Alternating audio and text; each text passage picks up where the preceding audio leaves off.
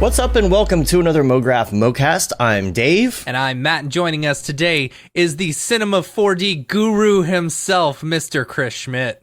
Hello, how's it going? And Mograph is a supplement to our site, mograph.com, which is a motion graphics tutorial site with tutorials, plugins, podcasts, and other Mograph stuff.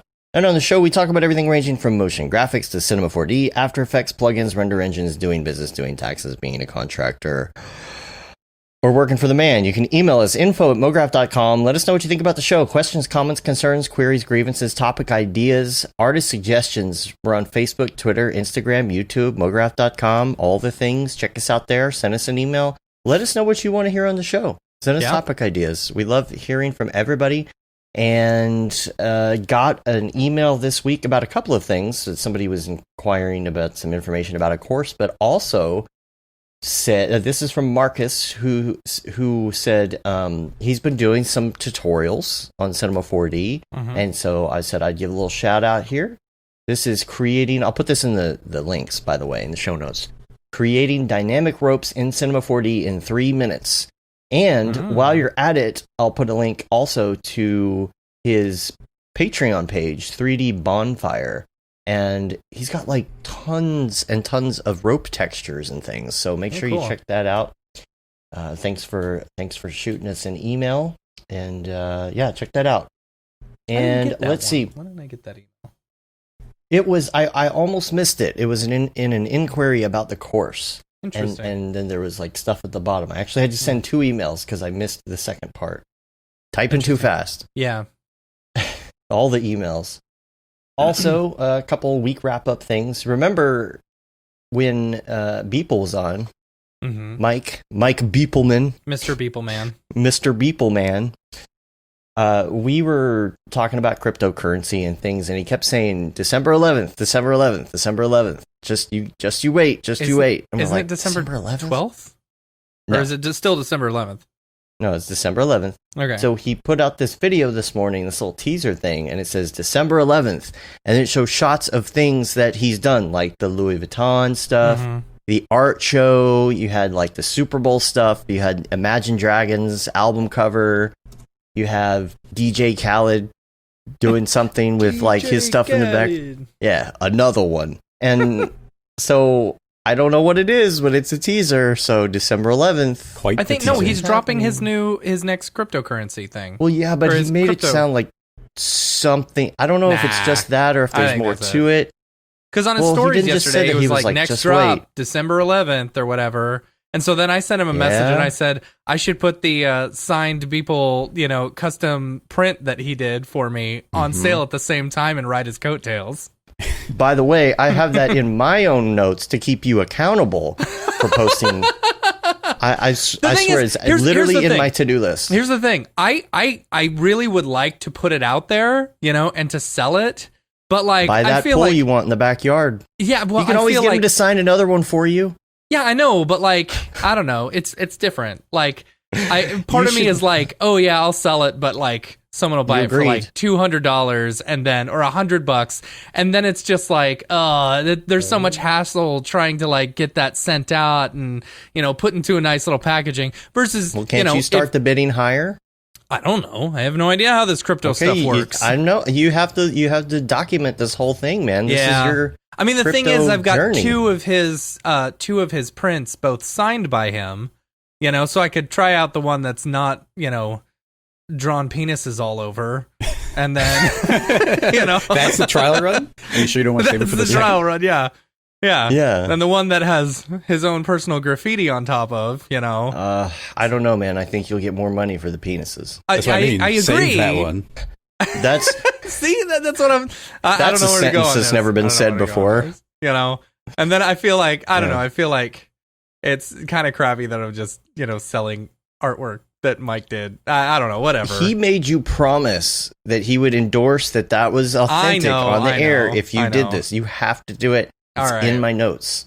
You got to. Maybe I'll wait until January, because then if I do make a lot of money, I can write it off on my taxes next year. Next year, yeah, that's a good idea. Yeah.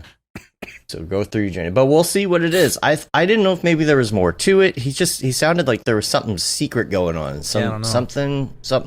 He's cooking something up. I don't know. That's one of the tricky things with teasing things, and especially the longer out it is, as people start speculating and they make it bigger and bigger and bigger, and then no matter what it is that you're releasing, it's like a letdown. Yeah. Calm down, everybody. So we'll see, and then just some other updates here. First of all, got my 3090. I think I talked about that last week. Got the 3090 installed though. Oh yeah. And this is interesting. I'm very happy with it. I had two 2080s. Issues like where you had to install drivers and stuff like that? No. Wow. I mean, I updated my drivers. But yeah. No.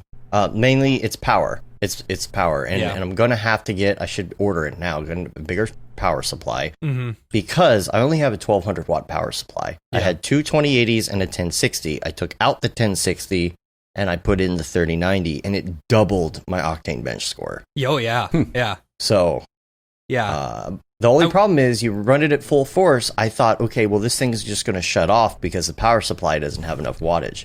That wasn't the issue. The issue I did not think about is that the wattage draw on my battery backup unit is overwhelmed when I'm rendering, and the thing starts like beeping and making noises when I'm running Octane Bench. Interesting. So, something to think about. I went from a 585 Octane Bench on with my two cards. It was a 2080 and a 2070 Super.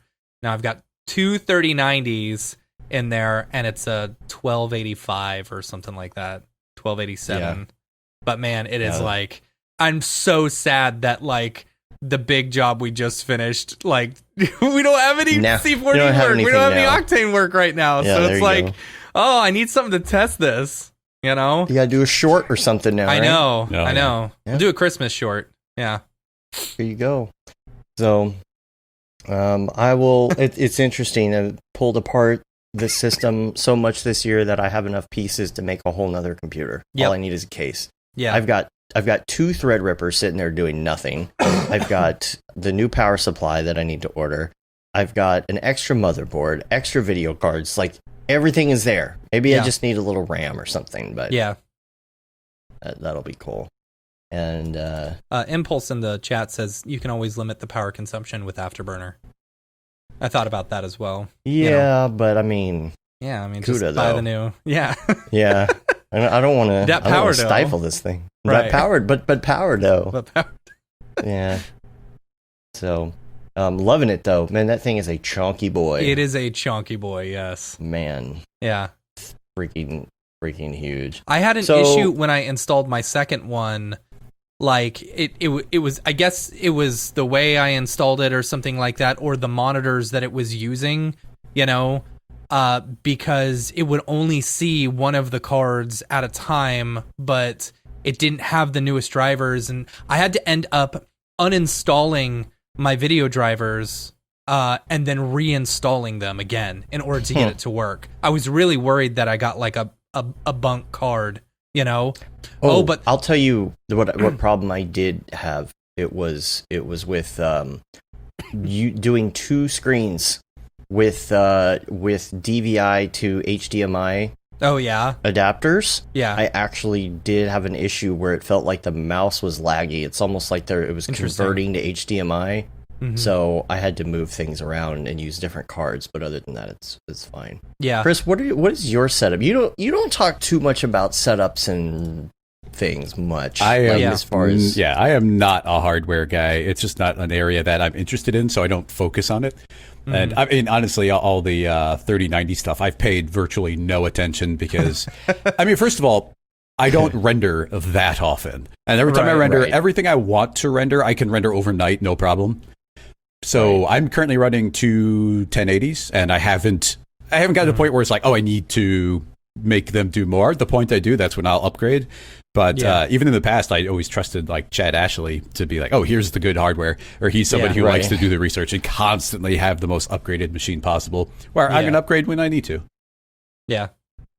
There's I don't know. There's something satisfying about building yourself, though.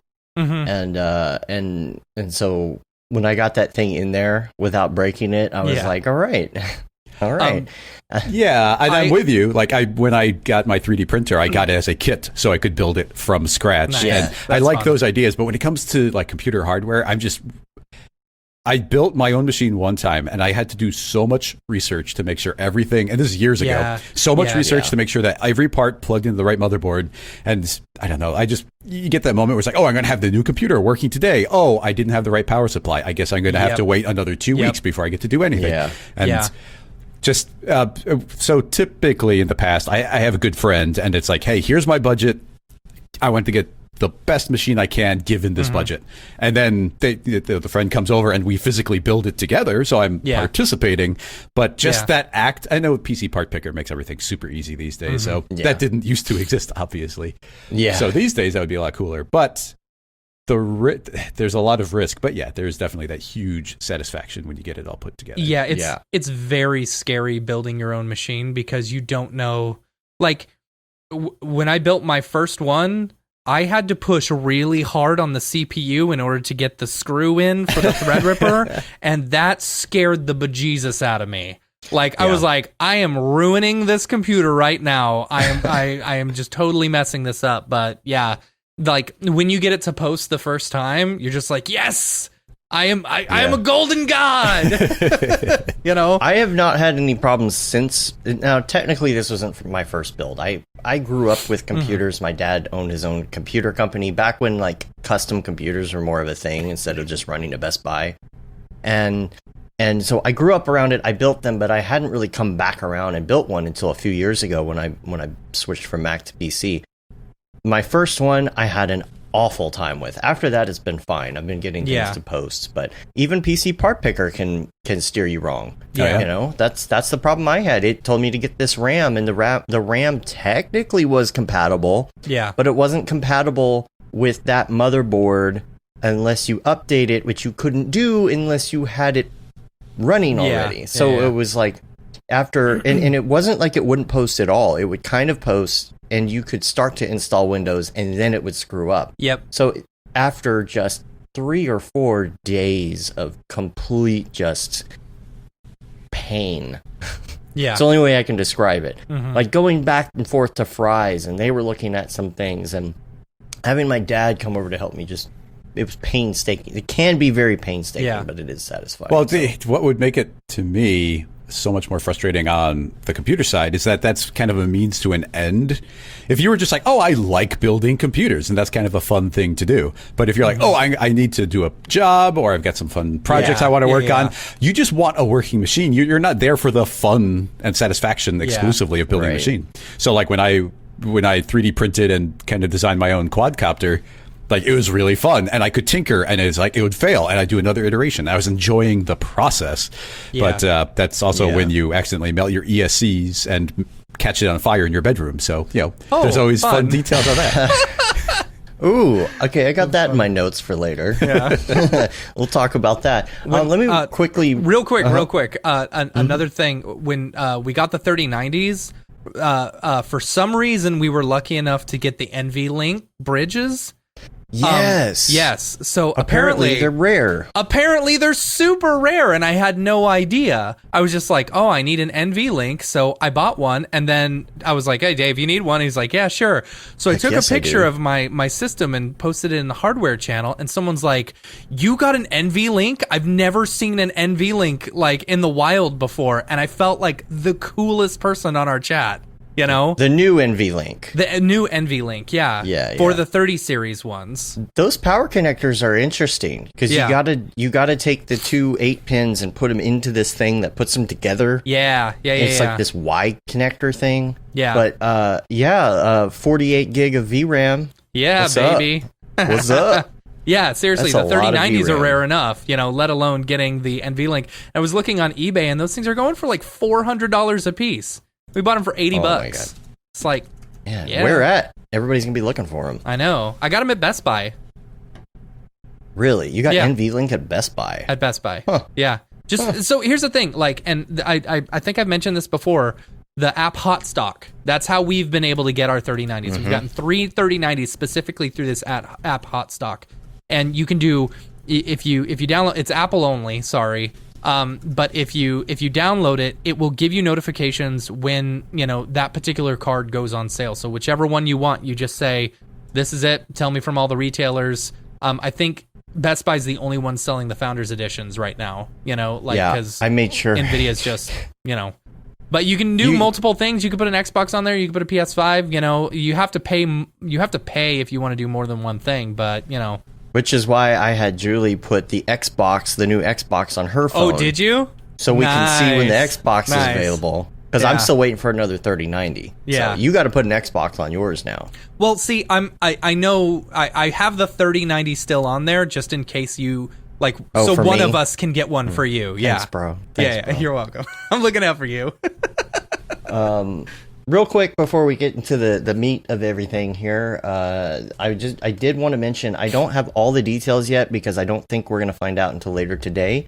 But Jonathan Winbush this Friday, is that the 4th? Is Friday the 4th? Yes, Friday the 4th. Thursday's my Winbush is going to be on Epic's Twitch stream. Ooh. And he's going to be talking about the course and things on Epic's Twitch stream. So make sure that you not only check in and say hi on there and say what up, but also make sure that you wish him a happy birthday because that's also his birthday. So that's going to be a fun day. Who's born on the 4th? Yes. I'm the 3rd.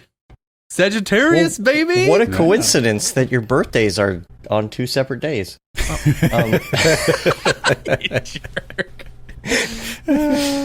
I used to have a friend who would always say it's somebody's birthday every day. It is constantly. Yeah. Did you know that it's somebody's birthday every day? It's even crazier. Yeah. I think it's something like if you have 12 people in the room, there's a 50% chance that 2 of them have the same birthday. Yeah. And there's a heat map too that shows when people's birthdays are on average. It's very interesting. I think it's because a lot of people get down on New Year's. So the weather dictates a lot of things. Or Valentine's Day. Yeah. So so check that out, and I'll post on social whenever we find out the details of that. But also, of course, check out his course, Creating the Unreal, mograph.com/classes. You can also get information on Stop Being Afraid of Houdini. There's new updates that will be coming later on this year for 18.5. Mark is talking about that now. He's teasing a little bit. Also, if you check out Brandon Clements' Instagram and social things, you'll see that he's starting to tease some stuff for his course. He is moving full force on that now, so we can start talking about that a little. He's doing an RTX ray tracing and Unreal course. Yeah. So make sure that you start following him on that. We'll be following his journey. And also, there's the AR crash course, the mini course from Don Allen. And 2 other things I wanted to mention real quick. No, 3 other things. The Camp Mograph Fireside Chat Reunion will be next Thursday, the 10th. Make sure that you come join us. Aaron Sorofsky, Ryan Summers, and Barton Damer will be on. It's going to be fun. It's like, since we couldn't all get together for Camp Mograph this year, I think it'll be a good reminder and refresher of what, how much things have changed over the past year. Yeah. And a good fun little reunion of sorts, And then we've got the 21st will be our holiday show with David Ariev and EJ Hassenfrost. So make sure that you check that out. If you haven't seen it before, check out the old ones. Yeah. They're always a good time. The old we ones don't really fun. talk about Mograph, we just drink. Yeah. Well, Dave drank a lot. I drink, He at drank least. a lot. It was so funny because it was only 1:00 and you're already drunk by the end. Yeah. I'm sitting there drinking scotch at 1 in the afternoon on a Monday. You don't know me. Yeah. But that's usually how it goes. It's always a fun week because everything's slowing down for the holidays and whatnot. We'll wear our worst sweaters. And so that's on the 21st. So that's it. And then we have gotten such a great response for our front page renders for our updates to our website. So anybody who wants to put their render in the little video that plays on the front page and the little loop, please hit us up. And of course, we're going to credit you on there. And we just wanted to have stuff from the community members who have been involved, especially in our Slack and things. If you want to find out more about our Slack or get in there, email us info@mograph.com. We've got a big old Slack. Chris, you've got a Slack too. I do. Everybody's got a Slack these days. Yeah. Yeah, right now, I've just got rocketlassoslack.com, and you can go head over and join for free as long as you're cool. We've only had to ban a handful of people total ever. So Yeah. That's us too. You got to be cool. Yeah. it's a pretty easy rule to follow. Yeah. Yeah. Just don't be a jerk. Don't be a jerk. And you'll be fine. It's pretty easy not to be a jerk. Yeah. So check that out. And then real quick, before we get into the topics, I did want to jump to Ravcock. What's your flavor? What's your flavor? This is where we talked about render engines and things. The abbreviation for all the renderers. I did want to mention that Octane Render 2021 preview is here. Yeah, very exciting. And standalone only right now, though. Standalone only. I double checked. We got to get that 2020.2 first. I'm excited about that 2020.2. This is a closed preview beta that's available. A brand new render AOV framework, Boolean geometry clipping, as Jules was talking about a couple weeks ago on the show. RTX hardware motion blur. I'm very excited about that. Very excited. That'll very excited. Because honestly, that's where I have like the most errors and lockups and problems is in motion blur. Yeah. And I'm thinking that might be a big help. And then volumetric light linking, that's oh yes. Oh man, big. that's gonna be huge.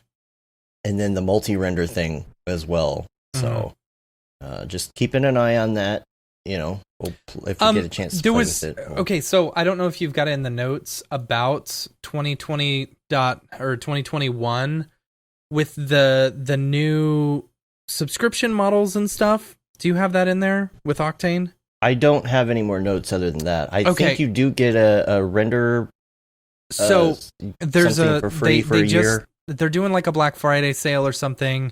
Dang it, I wish I knew all the details. But basically, you can sign up for the new subscription, and it gives you like Embergen I think it's and a year. It's like a year World Creator and stuff like that. And then I think it gives you. I may be wrong. Up to like 10 render nodes or something like that. I could be wrong. Yeah, I very well could be wrong. You have to check that. Yeah. But also the what's the big one? There was something big with it, but I can't remember right now. Oh, like free render credits as well. Oh yeah. I think it's like 100 render credits. Like 100 render credits, which is crazy. That'll get you very far. I forget the exact number, but yeah. So check that out, Chris. You've been getting into some render engines a little bit. Right? I've gone full redshift when I am rendering. And once again, it goes to I tend to go vanilla cinema. And because Maxon's kind of, they own redshift now, that seems like a good... If I'm going to go as vanilla as possible, that's the way to go. Mm-hmm. But I don't have a specific allegiance. That's my motivation. So yeah. But the nodes have to be fun for you, I think, right? Oh, yeah, always. Because they're like native nodes. So... that's got to be fun to play with. Yeah, have you been playing? Sorry. No, go ahead. I was even playing with the node space for Redshift, which is something that I think flew under the radar to a large degree, even to me. But it does unlock. It's just so much better than the old Espresso interface, the new scene nodes interface. Yeah. So. Tell me about your experience with that, because we have been kind of finishing projects and kind of stuck in like older Octane, older Cinema. My plan for tonight is to actually get all my stuff running in R23 because I just haven't had the time to get everything up and running. What is your experience so far in R23 as far as do you have any? Is there anything that you have to go back a version for, or do you feel like you're solid on 23 now? I mean, solid on 23 for sure. But what's funny is right now, my regular live stream is on break, and I've been very focused on getting some plugin stuff worked on and getting that ready to get out the door. And while we're prototyping, we prototype everything in R20, where it's just a solid old version that we know that we can. Yeah, that's as far back as we're planning on keeping everything moving forward. So I've been spending so much time in R20. And everything will work in the future. But in R20, I didn't have any of the renderers installed. So it's just testing everything. So like the last 2 months has been so much R20, which is funny. But Same here. I've been on, I think I've been on 21 for the past year, all year. Yeah, this year. me too. The frustrating part is that the interface change happened between those versions. So it's like, oh, wait, Espresso tag is here. No, wait, it's here. It's in the programming thing. So flipping those two modes in your brain is crazy. Luckily, I always keep everything I still vanilla, get confused. I'm like, I do too. what's the name of the tag? Searching. Where's it at? Where's the tag? I don't know what tag this is under. The new layout is so much more intuitive to me. Like, we had the old one memorized, but the new one is like, where would I put that? Oh, there it is. I just absolutely love that new one. It's true. It is in where you would expect it. It's just still, I'm like, what? Compositing tag? Wait, what? Where? Yeah. Like, oh, of course. This I don't makes complete sense. I don't have but... all the drop downs memorized yet. To know where it would be. So I literally have to go by one by one and say, would that be there? No. Would that be there? Shift C, no. man. Shift C. Yeah. Whatever. Yeah. Is there anything missing that you feel... Actually, no. Okay, new question. Take two. What do you feel is your favorite thing in R23 so far? Well, I mean, my favorite thing is the scene nodes, but it's a fun toy to play with right now. It is not production ready. Yeah. So seeing it and what it's available to do, and I'm like obsessed with keeping everything procedural and parametric whenever possible, and building scene nodes is just like right up my alley, and seeing the potential of where everything is going to go is absolutely amazing. The tiny little feature that's my favorite, and even in my R23 What's New video, I did a big shout out to if you increase the length of your timeline from the default 90 up to whatever, like 300, you'd have to manually drag the bar to fill it. Yeah. And they made it so that if you change the number, it automatically scrolls up. I was like, oh, this is such a great feature. I love it. And then I was talking with Rick from Maxon, and he's like, oh, we added that in because I was watching your streams and seeing you constantly have to fix it. So that was added in for you. I was like, that's funny. I was like, I did a special shout out as that is one of my favorite features, and it was actually designed for me. So that made me happy. Yeah. Let me ask you this. So I'm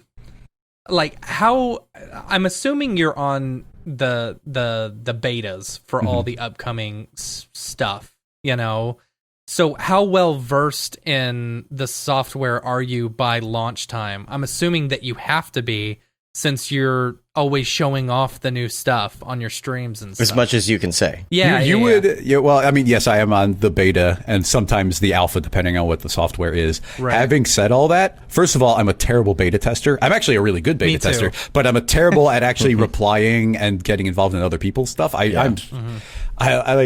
probably shouldn't talk about it, but as we're building some of the tools that we're working on right now, we are finding some deep, old school bugs that must have been in cinema for like 10 plus years now, and we're like, how is this a bug?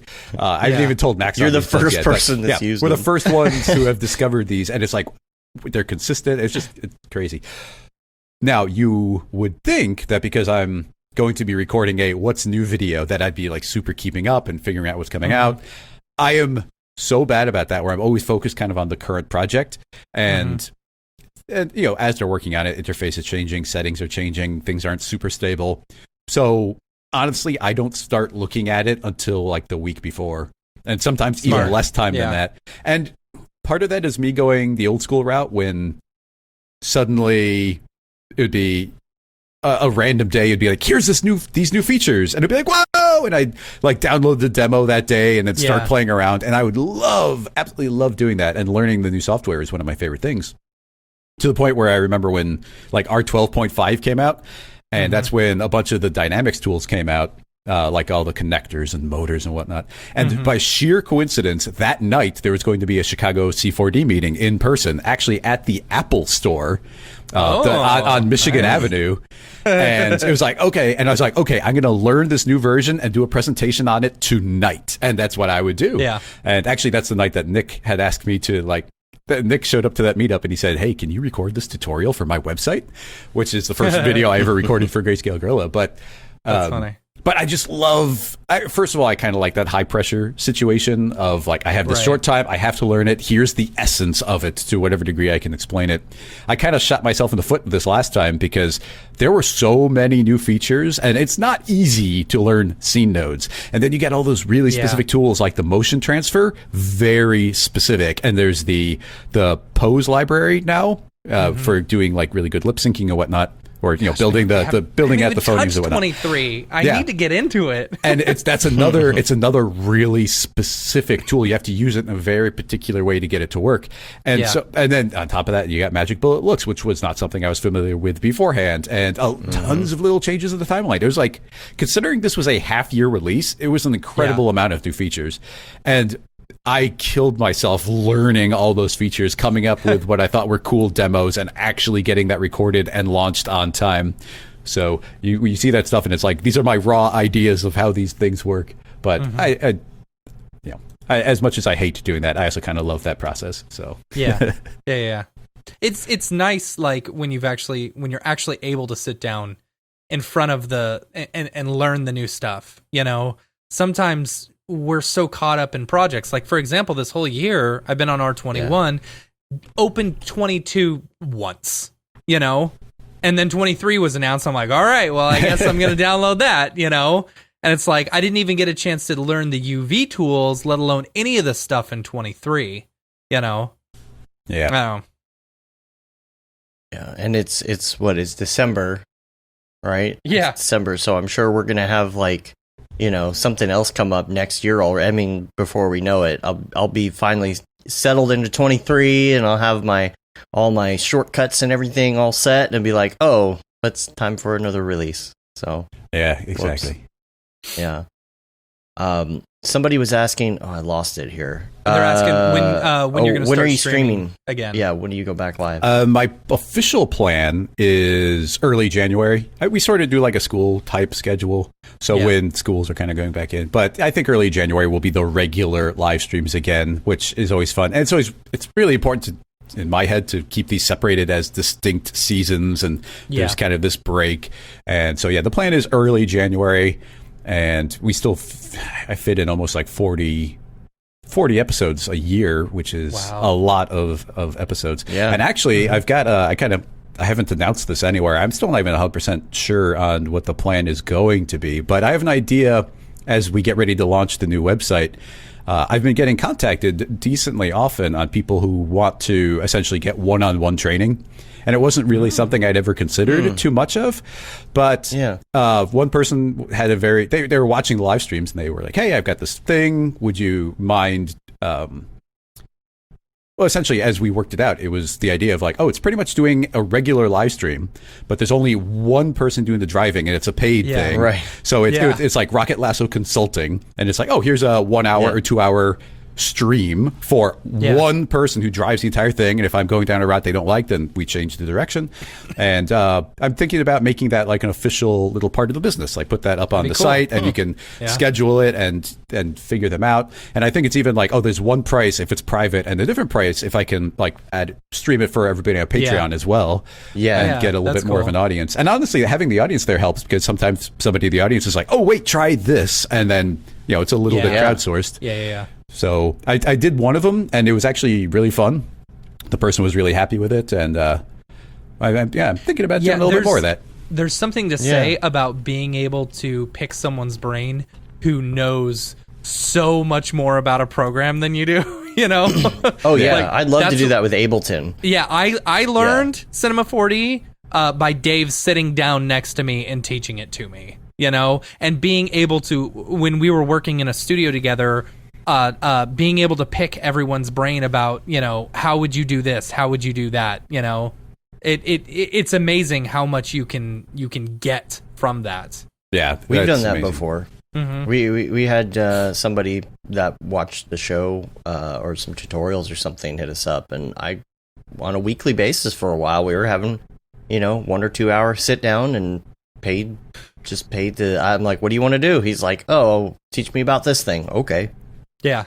It's kind of fun. It's fun that you learn a lot through teaching as well. Oh, before I forget, just for clarity, if the Rocket Lasso consulting concept would be in addition to the regular live streams, not replacing them. Right. Because it's always been super important to me when we're doing a regular Rocket Lasso live, that the questions are coming live from the audience. I don't know what there's going to be. There's never pre-rolled. They're never like pre-curated from Twitter ahead of time. Nope, I have no idea what's coming, and let's just try and make it the best we can. And that's where you get the best stuff. Winbush wants to jump on the next season. Totally. Yeah.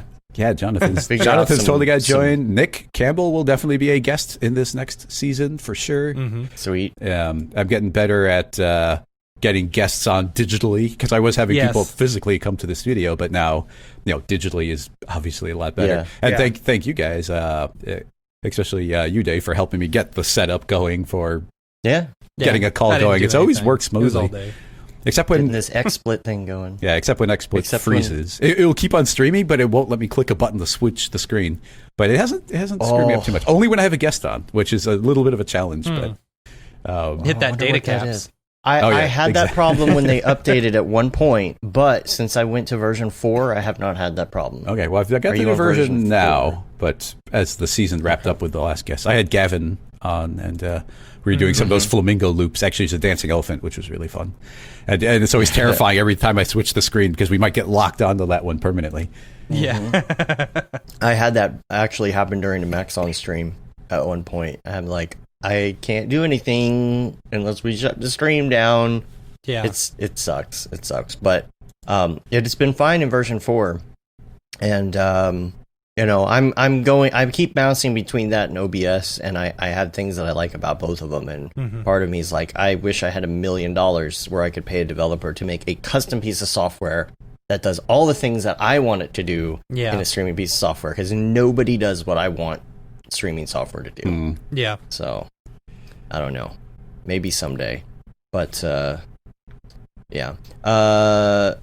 Let's see. There was another question. Oh, no. I know what I was going to say. Because Jeremy Thompson here in the chat said Tom Cosm does one-on-one training in Ableton Live. When we were talking about that live situation and being able to ask somebody, in person, like how to do something, Matt, like the other day, he hit me up with a question for Ableton. It's so stupid. It was called a dumb question, too. It's not a dumb question, because literally this is the same question that I had when I was using Ableton and I was moving chords around on the piano roll editor, right? And I'm just like moving the notes around, but you can't hear the note that it's playing. You want it to play as you're moving it up and down the scale. And whenever I would do that, nothing would happen. I would Google it and I would search. It's such a simple question that there were no answers. Yeah. If you've ever been in that situation. Oh, that's the magical place where you just need the person that you can talk to. Yeah. It's like, I know so little, I'm too dumb in this topic to even Google the right question to get an answer.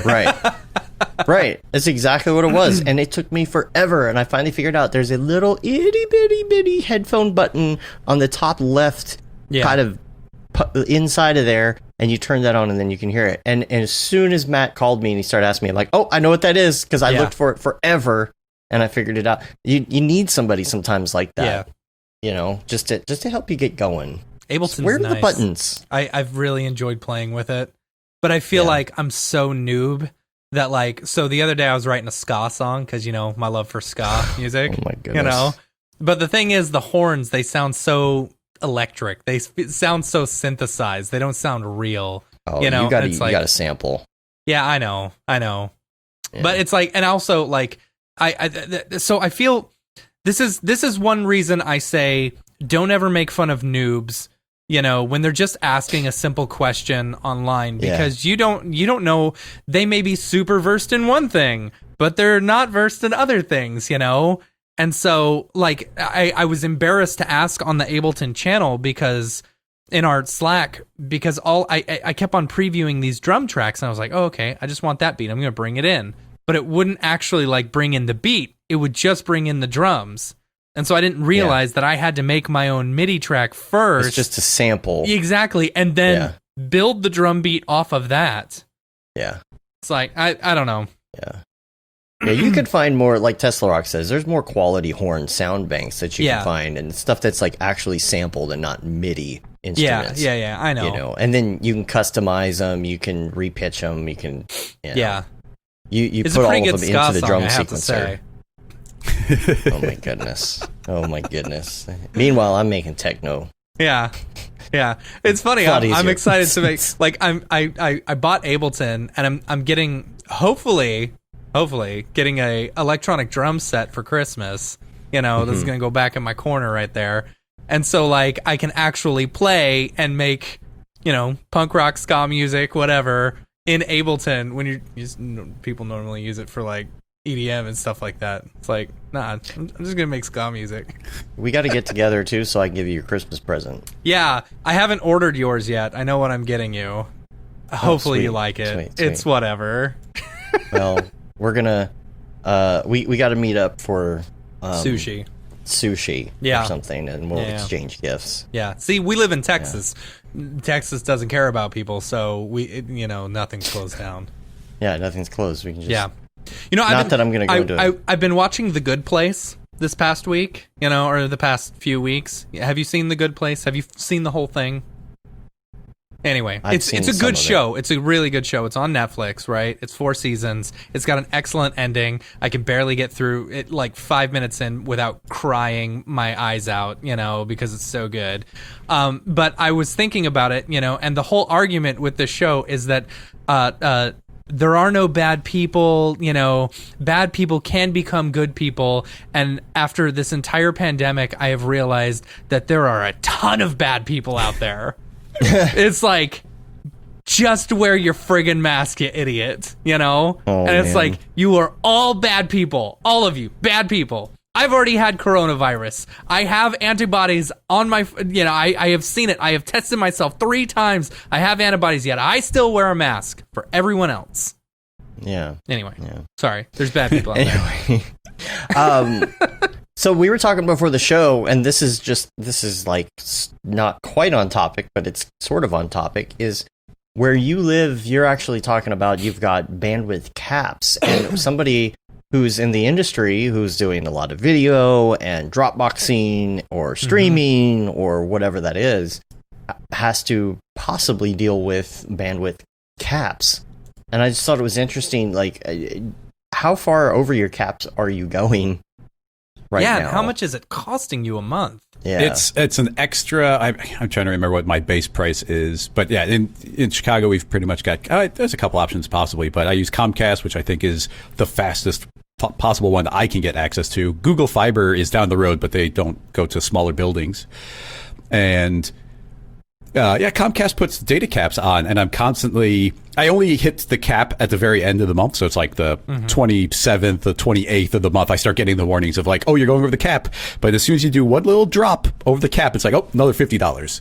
Yeah. And if I went over there again, it'd be another $50. And the little extension of that cap is it's not that much more. It's enough to get me through those last 3 days, but it's just so frustrating. And it is literally the best internet I can get from Comcast.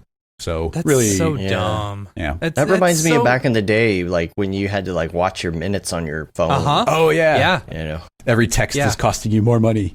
I was on a nights and weekends. You're 9 o'clock after 9 o'clock. You can call for free. For a while, I was before I met my wife, I was very poor, and I had a Metro PCS phone. And you'd pay $50 and you'd get like 500 minutes or something like that. But then you'd get free nights and weekends. The night started at 7. And I'm like, okay, cool. So hopefully no one calls me. But then once my wife and I started talking, and dating or whatever, she would constantly take me over those numbers. And so I ended up having to spend an additional $50. And I was so poor at the time. There were days when I wouldn't have a phone because I just couldn't afford to pay for the overages after 500 minutes or so. Do you think that's gonna be a thing like with us here in Texas? Because I don't know anybody that has limits in Texas. I didn't even know there were data caps. I've only seen them before on some of the lower tiers. But like I always pay for the fastest internet service and stuff like that in order to not have to deal with that. How much is your cap? It's even, I don't know what mine is, but what's even crazier with Comcast is in order to get like the best deal and the best, I only want internet. Like I don't want television. I don't want cable. but they bundle them together where you have to get the cable box in order to get cheaper internet. I'm like, I don't want this plan. I'm literally not going to plug this box in. And they're like, well, it's the only way you can get it. And I guarantee you that this is so that they can sell their cable packages when somebody's advertising. They're like, oh, we have this many boxes out in the world because less and less people are using cable as they go to the streaming services and just watching things online. So they're like, oh, we just need to keep these numbers up even though nobody's actually watching. It's so ridiculous. Yeah. Here's the thing about the streaming services, though. Like, I pay for cable. The number of times that I have actually turned on my cable box and watched live TV, I can count on one hand, in the 2 years that I've lived in my house. But the number of times that I have logged into a channel like CNN or Nick Jr. or HBO or something that is bundled in and been able to watch a show as soon as I want, like on demand, like that is the one positive of actually paying for the bundle. The Bundaroo. Yeah. The Bundaroo. AT&T fiber has been great. I mean, we got a gigabit up and down and just streaming all the things. Yeah. Yeah. So it's great. Yeah. Once that Elon Musk, Starlink comes out. Yeah, I signed up for the beta, but did you really? Yet. Yeah. How does it work? Did you see there was a terms of service with the Starlink that you have to agree that no one on Earth has sovereignty over Mars? Like, you have to agree to that. That's pretty great. In addition, in the terms of service. In addition to that, when they first launched the first batch for the public, or for their beta testers, the public beta is called Better Than Nothing because they can't guarantee like quality service yet because they've only launched like a tiny percentage of the total satellites. Right. So it's just like, well, it's better than nothing. That's funny. Yeah, that's really funny.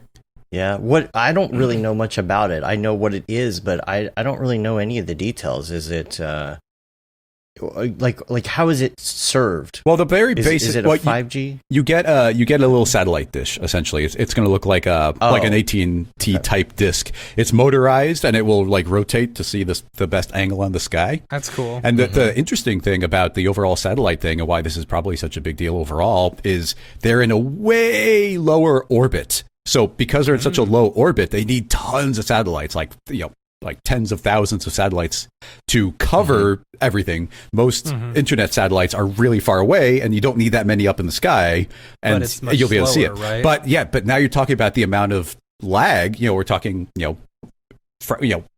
large fractions of a second to actually bounce and come back down. These are so close to the Earth that you start getting like really good ping, and this is going to be a big game changer as far as having connectivity all over the planet. It's really interesting. And there's actually a lot of different companies kind of competing in this space, but it's going to be hard to compete with a company who's literally like, well, we got a bonus rocket here. We're afraid it might blow up, so let's just send up some more satellites. Why not? So, I want to talk about 3D printing a little bit because I'm very Y'all are interested. going to make me want a 3D printer. Yeah. And like you've been doing some really cool stuff, and not just like basic 3D printing. You've been exploring some other avenues and things, and I want to hear about your quadcopter catching fire and things too. So like, where did you start in 3D printing? Like what was your first? Okay, I'm gonna buy this thing and go from here. The first printing I ever did was going back, a lot of years. It's got to be like 13 years ago, where there's I had done a little short film project with some friends. We had this animated robot monkey that would like shave you while you sleep. It was pretty fun. But as a Christmas gift, I put the monkey character into all these different poses, and I went to a company that had the powder-based 3D printing. So it lays down a layer of powder and then glues it and powder. So I got a bunch of those printed up, and they're really cool. One's on the shelf behind me somewhere, but so that was really cool, and that was the only thing I'd done for years. And I started getting into my own 3D printing. the company I used to work for, I had left the company, but they got a 3D printer and they weren't using it. So I borrowed it for like an extended period. And that's when I got into the quadcopter design. And then I finally got my Prusa i3 Mark III, which is, it's about a year old. Actually, I think I had ordered it on Black Friday. I waited the extra 3 months and be like, okay, I'm going to order everything I need on Black Friday to get the best deals. Yeah. And it's been really fun. I actually haven't gotten starting my own company. I have a little bit less time to just tinker around with it, but it's super fun. You can run so many different materials through there.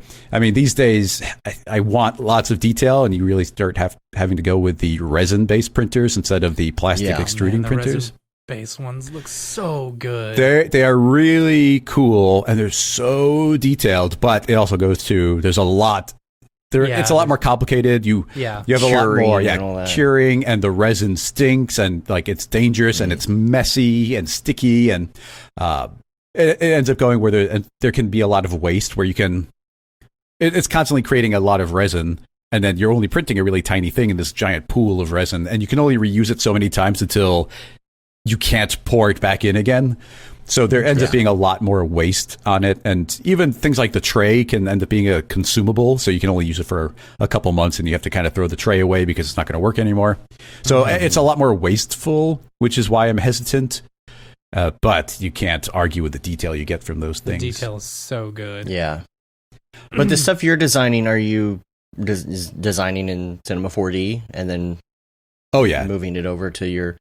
Yeah. Everything, of course, is in Cinema. I've actually gone through and done some fairly complicated rigs and even written code to help me like translate something into the correct scale, and that gets exported out to an STL.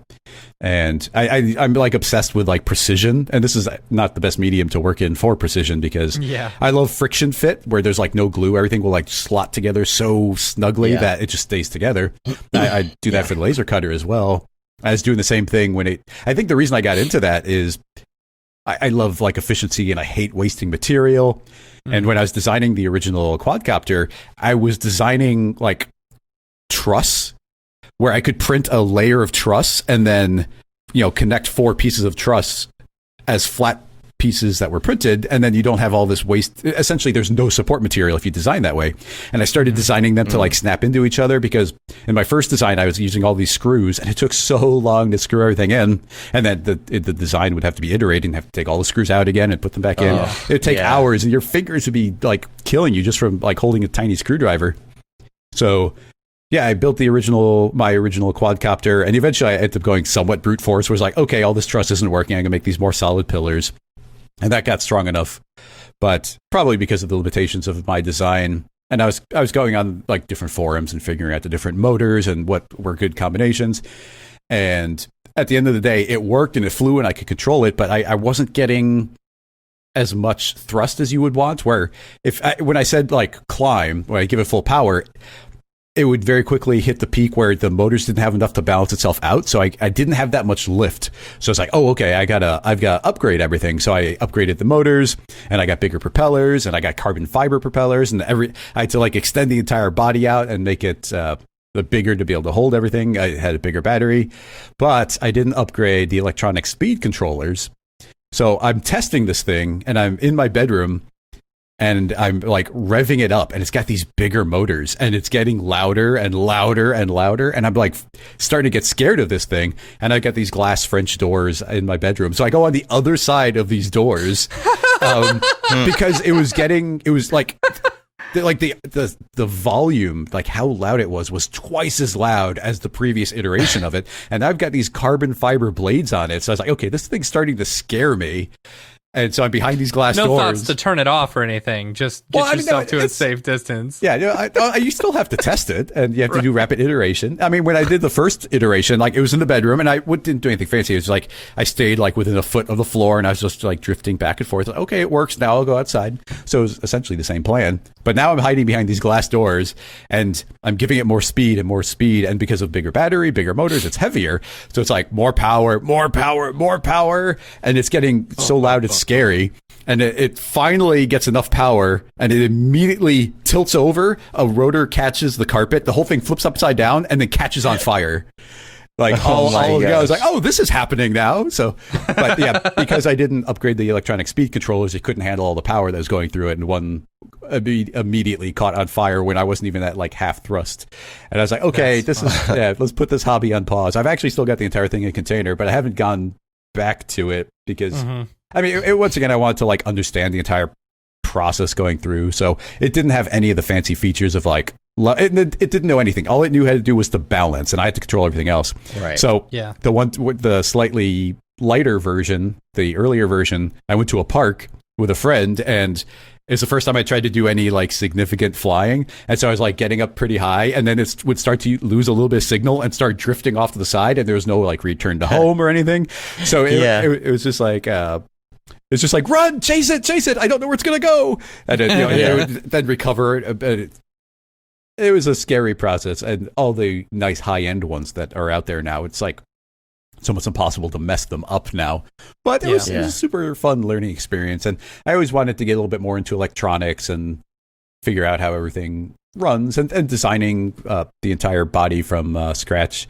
I mean, this is going back a couple years for those first iterations. I remember I was going to do a presentation about it at Half Res one year, and the plan had been I was going to like fly it. But I was like, I'm too scared of flying this over an audience with hundreds of people. So, but I one of the other people that helps with Half Res, I had said, I'm thinking of doing a presentation about the 3D printing of my quadcopter. And he's like, that's the most 2016 sentence I've ever heard. That's funny. How big was the one with the carbon fiber? Like how big are we talking? The size of like a Mavic or something, or bigger? The actual body would probably stretched out to be, I don't know how you judge this, like, I don't know. Okay.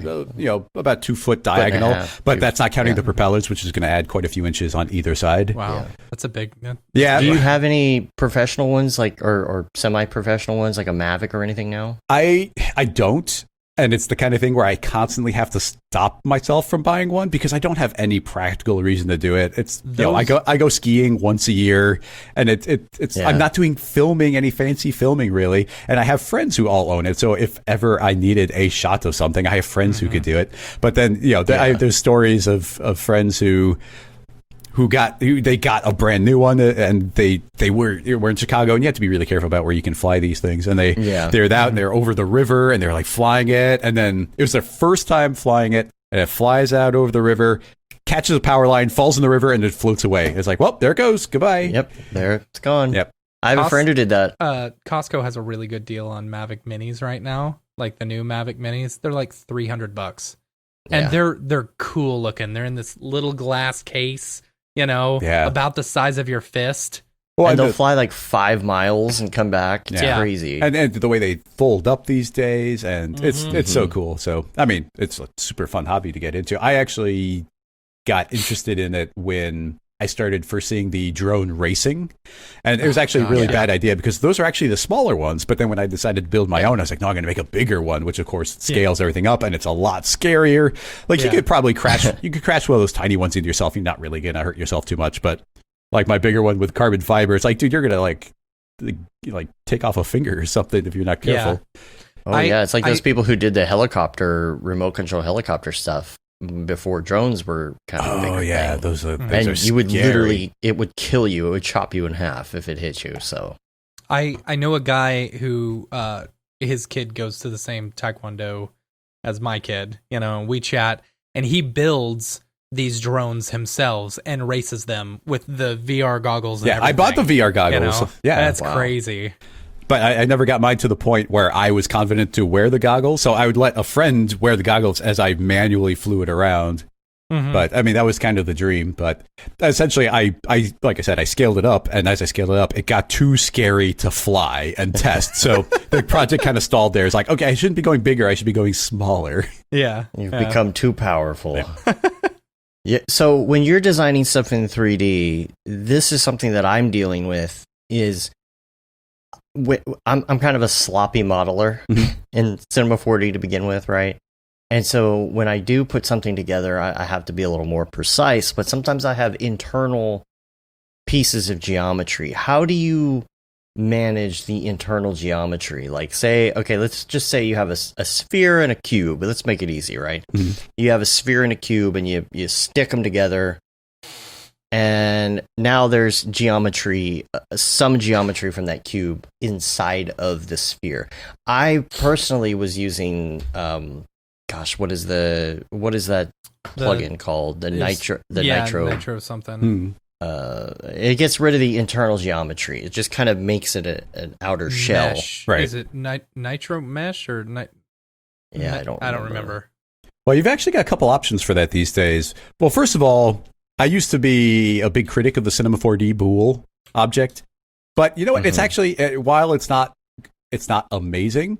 If you turn on, and they actually changed the defaults, and I wonder if they changed the defaults because I started telling everybody like these should be the defaults. Because if you hide new edges, actually you can start nesting a series of bools, and they tend to work pretty well. I wouldn't animate them that way, but as long as if you're just doing a model, that can work really well. And so you can Boolean model properly and keep things pretty clean with n-gons. There's always some cleanup at the end. So that's one method. Second, there's a bunch of different softwares like where you export your STL file that can actually go to a 3D printer. And depending on the software, if there's intersecting geometry, it's just like, oh, that's a single volume. Like just draw the line, and it's as if essentially you do no Boolean modeling, and it just figures itself out, and you don't have to worry about it. And then, like you're saying, there's the Nitro Man plugin, but now we have the amazing volume builder and mesher inside of Cinema. So once you're sending this up, it's not like you're going to be animating this thing. So you just take whatever model you have and you throw it in, and you just keep on and making your voxel size smaller and smaller and smaller until it's got all the detail you could possibly want, and it does not matter at all what you fed in. And it's just going to work right out of the gate. It's one of the first things I did actually with it. I think in my first presentation when they came out with that, I was like, look, you could use this for 3D modeling. It's amazing. And Magic Emerge. That's what it is. Sage. Thanks, Sage. Yeah. Sage, I miss you. Yeah. No, that's actually, now that you bring that up, I do remember last year I was working on some sort of model that I was trying to print out, like a Christmas ornament or something. I was having trouble with it. And that was actually my solution, was to just use the volume builder, because the resolution, well, number one, you don't have to worry about the UVs because you're just printing it out one color. But the resolution on a printer is not that high to begin with. So. You don't need it to be better than like a millimeter or whatever the case may be, or a couple millimeters. So you don't have to worry about that at all. And the big thing isn't especially with modern like exporters for 3D printers, it's not so much about, and I guess these probably handle them too, but it's not so much about intersecting volumes. It's about there being a hole in your mesh. If there's a hole in your mesh, if it's not watertight, then it would get confused where it's like, oh, you want it to be hollow. You want it to be thin. Yeah. Because what's the difference between like a Christmas ornament that's a solid like orb, or one that's got a hole in it? You really just want the shell with a hole in it. It doesn't know what you want. So when you put into a Cinema volume, then you are now seeing that final end result, and it's really easy to fly through and everything after the fact. Yeah. Now, when it comes to Rocket Lasso, what else do you have going on right now? What do you, as much as you can say? Yeah. What do you have planned? What do you have planned coming up for the next year or so? Yeah, it's always interesting and challenging. Like, we're trying to figure it out, and I can get a little bit, what's the right word? I get obsessed with a tool being super duper robust. So we end up trying really hard to make it make sure it works in every case and every exception. And so we end up making things exponentially difficult on ourselves. And something we've been doing recently, and I've mentioned this kind of in passing in some smaller audiences, but we've been working for over a year now on some spline tools. And the idea was to make a big pack of spline tools. And as we've been working on these, other people have slowly started sprinkling out various spline tools. And I've communicated with some of them.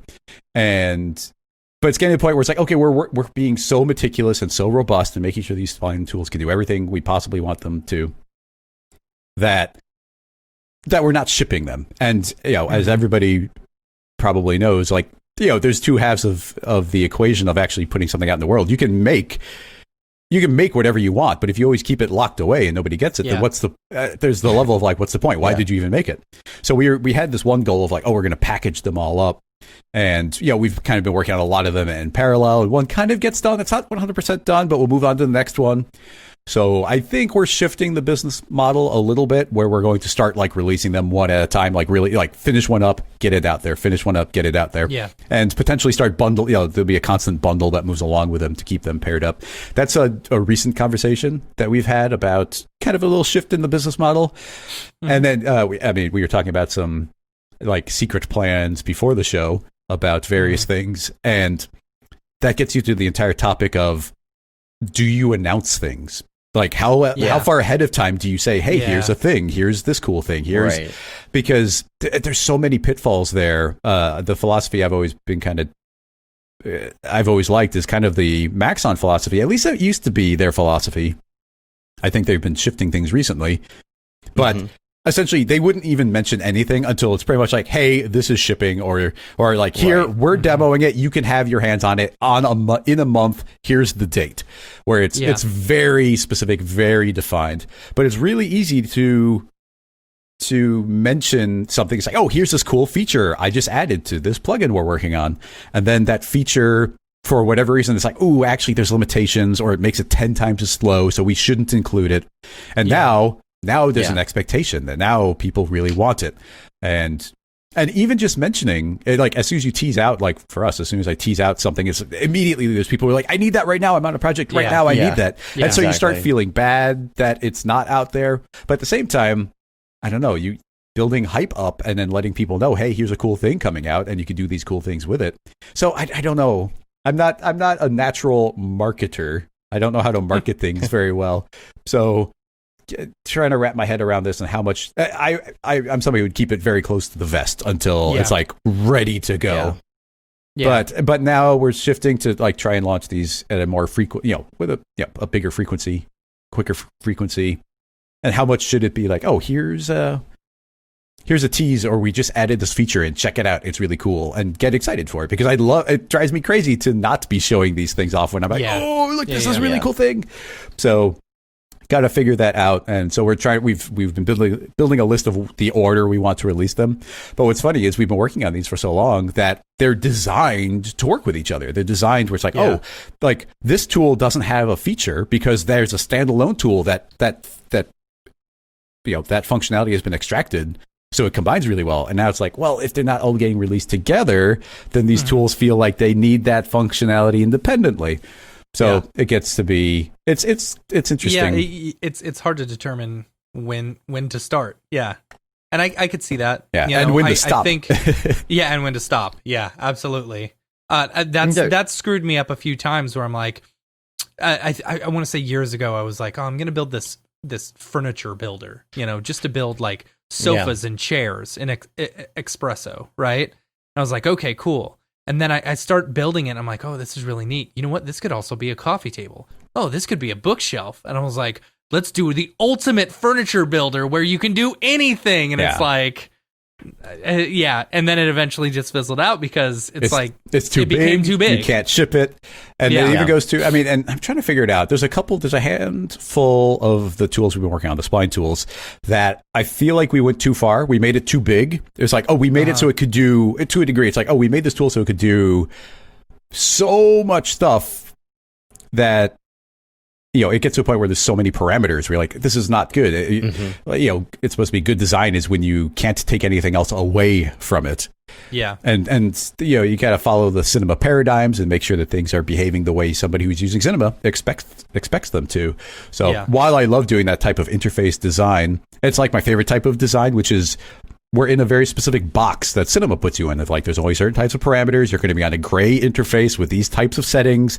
How do you make it look good? How do you make it flow? I love doing that kind of thing. But it goes to, okay, you need it to be intuitive. And so that's where we're at right now. And I think we've got a pretty cool schedule right now of how these things will be released, get some cool functionality out there. And I don't know how you guys go about doing this in both the world of creating tools, but even more in the world of tutorials, which is, we've designed a tool. We've worked on some spline stuff that is over a year old, and we haven't shipped it yet because we're trying to make a bundle. And now, in the meantime, somebody else has come out with a tool that does some similar things. Like we had ours on the list, or literally already designed, not ready to ship, but like, hey, it works, it's functional. Yeah. And at a certain point, it's like, well, now it has to be part of a bundle because it's kind of repeating functionality. So we've kind of got that weird little limitations. To play devil's advocate, when we released our old Octane Spotlight, literally like a week later, someone released their own version of the Spotlight for free. Yeah. And it doesn't change the fact that like people will still, download your product and buy your product and stuff like that. It's fine. Yeah, one thing we did, we just made sure that we never promoted their free version of it. Well, yeah. I get probably an unhealthy amount of obsessed with like perfection on various levels of like, this has to meet everyone's expectations, and I don't want anybody to think that we're copying off something or we did this. Right. So it's like, no, so many, like literally everything we're working on has been on a list for a very long time, and like I said, a lot of it has literally been coded. So we want to make sure ours are stable and robust and have more functionality than anybody else's does, and I think we can make the best tools. Like that's, we wouldn't be doing this if I didn't think we could do that. But that ends up being the challenge. But to extend it, how do you guys think about that when it comes to the world of tutorials? Because people ask me like, "Oh, what other tutorial makers do you recommend?" And where do you get inspiration? But I effectively refuse to watch any Cinema4D tutorials, not because I don't think there's good stuff out there, but I don't want to. You don't want be to copying. influence it. I don't want to be influenced by it, because if I have a cool idea for a tutorial, I don't want to go and check what other people have done and then be like, well, they did this, so I'll try and make mine different or bigger or more complicated, and then end up never making the tutorial. I can't be influenced by it, and I can't, and influenced by it by copying, or influenced by it by not creating it, even though I think there could be some really good content and I could put my own twist on it if I don't watch it. So I pretty much never watch other videos because of the danger. And I mean, luckily I just spend so much time in cinema that I'm going to know how to do things. I was going to say, you probably don't need to YouTube search anything because you probably know how to do it all anyway. Yeah. The exception tends to be going into render engines, because I don't really make tutorials on rendering, because that's not where my wheelhouse is. So it's more like, I want to figure out how to do volumes in Redshift. Okay, I'll go watch somebody's stuff, because I'm probably not going to ever do a tutorial about that. Yeah. I do that with podcasts. I rarely will listen to other motion graphics podcasts unless it's like one episode here or there. But like, I don't listen on a regular basis because I feel like it's going to influence what I want to talk about or do or whatever too much. And the same thing with tutorials. In a way, like I guess I don't want to watch a tutorial on something that I already know how to do for some reason, because I feel like I don't want anything in my brain to even accidentally copy what somebody else has done. Yeah. That being said, though, as far as like having duplicate content, I have never been one to, like, let's say I come up with an idea for a tutorial, which I don't really do these days that much, but maybe soon. I don't, if there's somebody else out there that's already done it, I don't care. Yeah. Because if I thought of it not knowing that there was already a tutorial, and let's say like I Googled something and I realized, somebody already did this tutorial, I'm still going to do it because I do know that people enjoy my particular teaching style and would rather possibly hear it from me than somebody that they don't know. Sure. Or haven't heard of before when they Google it. So or you Google your question and you get like a 10-year-old kid showing it off and just saying, all right, now press this button and then do this button and then do this button. Or the tutorial where somebody did it, but there's no audio. There's like no audio at all. They're just typing. Yeah. And if I see like 3 or 4 different tutorials of the same thing, and then Chris Schmidt also has one on the same thing, you better believe I'm going to click on the Chris Schmidt one. So that's why I don't really care if somebody's done that thing before. But yeah, I could see how watching other things could affect what you do, though. Like I don't look up a lot of tutorials. If I do, it's because I put that tutorial in the back of my brain as far as, okay, when you need to remember how to do this thing, go back to that tutorial. that a lot of my EJ tutorials are in the back of my brain because I need to remember a lot of old GSG tutorials are in the back of my brain to remember how to do things. Yeah, well, you got that challenge of tracking those down these days, sadly. Yeah. I'm thinking about remaking a couple of my old classics because I have considered remaking a few of your old classics as well. But there's like... No, go ahead. I was going to say... sometimes, like recently, I wanted to learn like an ACES workflow in After Effects, C4D, After Effects, whatever. And some people will have different information, and you're able to piece together a full comprehensive thing, based off of several tutorials, especially when the subject matter is as detailed as that. You know what I'm saying? Mm-hmm. Oh, yeah, totally. Yeah, it's just a personal neuroses, essentially, where like I want to keep it as far away as possible. But, I mean, the biggest thing I'm trying to deal with right now as far as tutorials is to simplify. I keep on pricing myself out of the tutorial game because I keep on trying to one-up myself. But that's a dangerous thing to do because it is. A lot more people are looking for like a cool... simple technique that's applicable to a lot of things, not something very specialized and solves a very specific that looks problem. Cool and is really easy to do. That's what I've found. That will get a lot of views is if you can find something that looks awesome and is really easy to do. Yeah. And I've been largely doing the opposite. Well, it looks cool, but it's like, no, here's a fairly advanced technique. So yeah.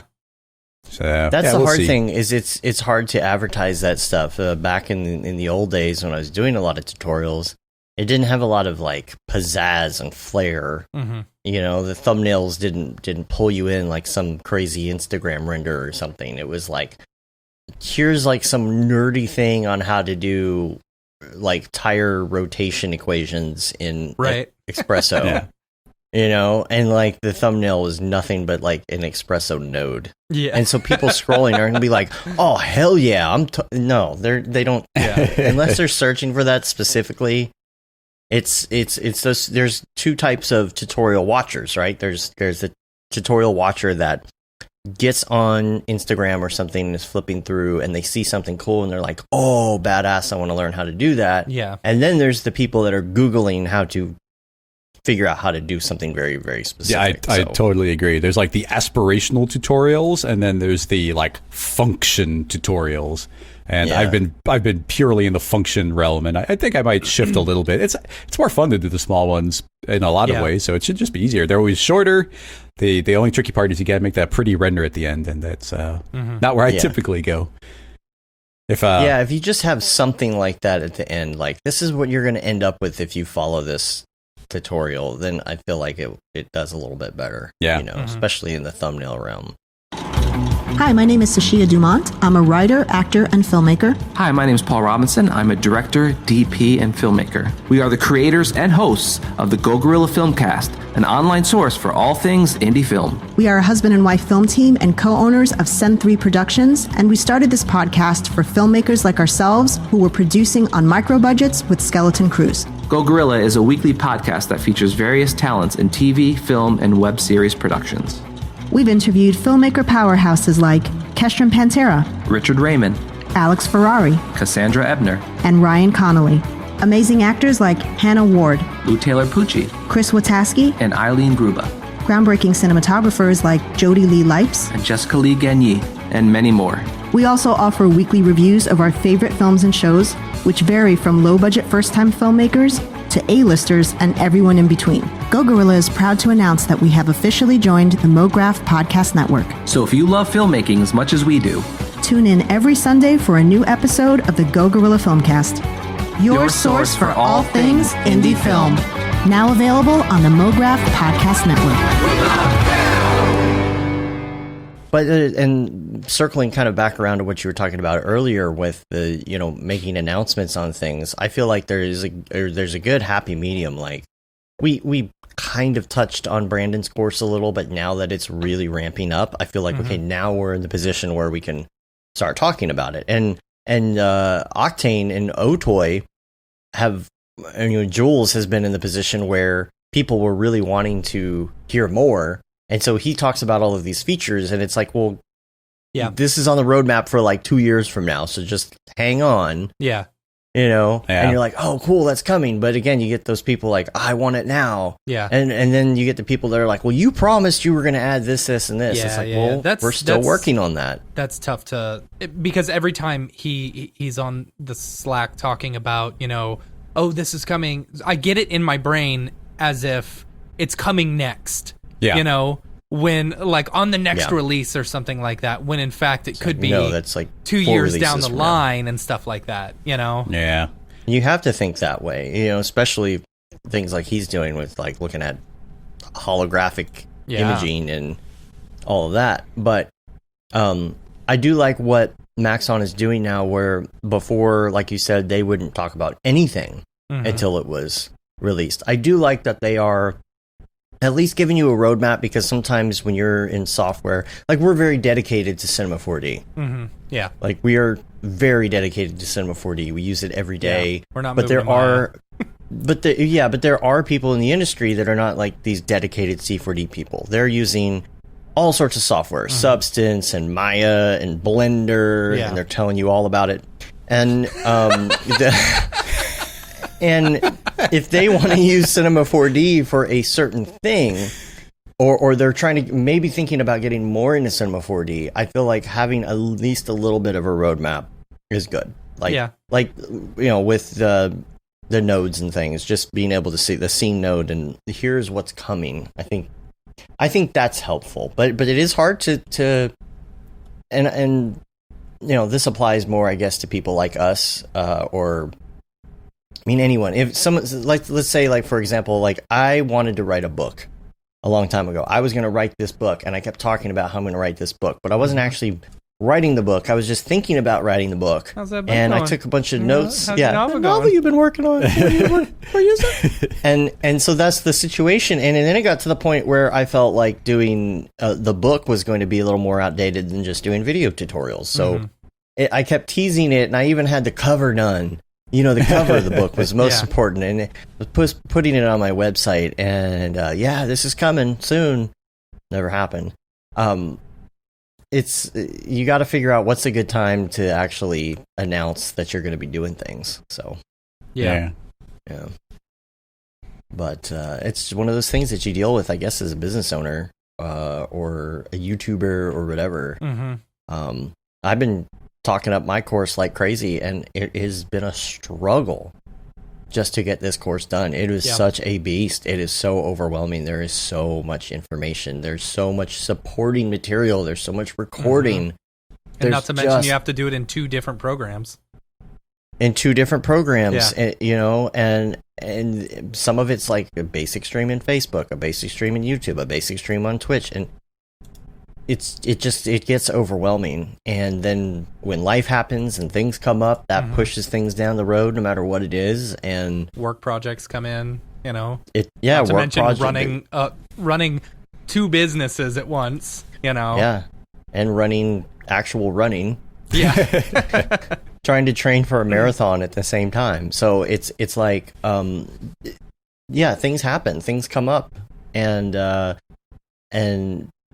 it's the sucky part is that people will hold you accountable, but also the good thing is that people will hold you accountable. I feel like if you are posting regular updates like we did with when we were developing our, you know, Spotlight plugin for Octane back in the day, I feel like that posting those updates was good because it got the hype going. And when you have a following, people are following your journey, especially when you're talking about it each week on a podcast. And then eventually it's launch time and they're like, sweet, I know how much heart and soul he's been putting into this for the last year or whatever.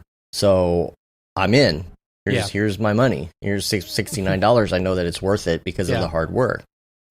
And if you're not pushing it, so then they're like, oh, you got a new thing out. They don't know how much work was in it, how much dedication was in it. So there's a happy medium. Yeah, I agree. I mean, it depends on the project too.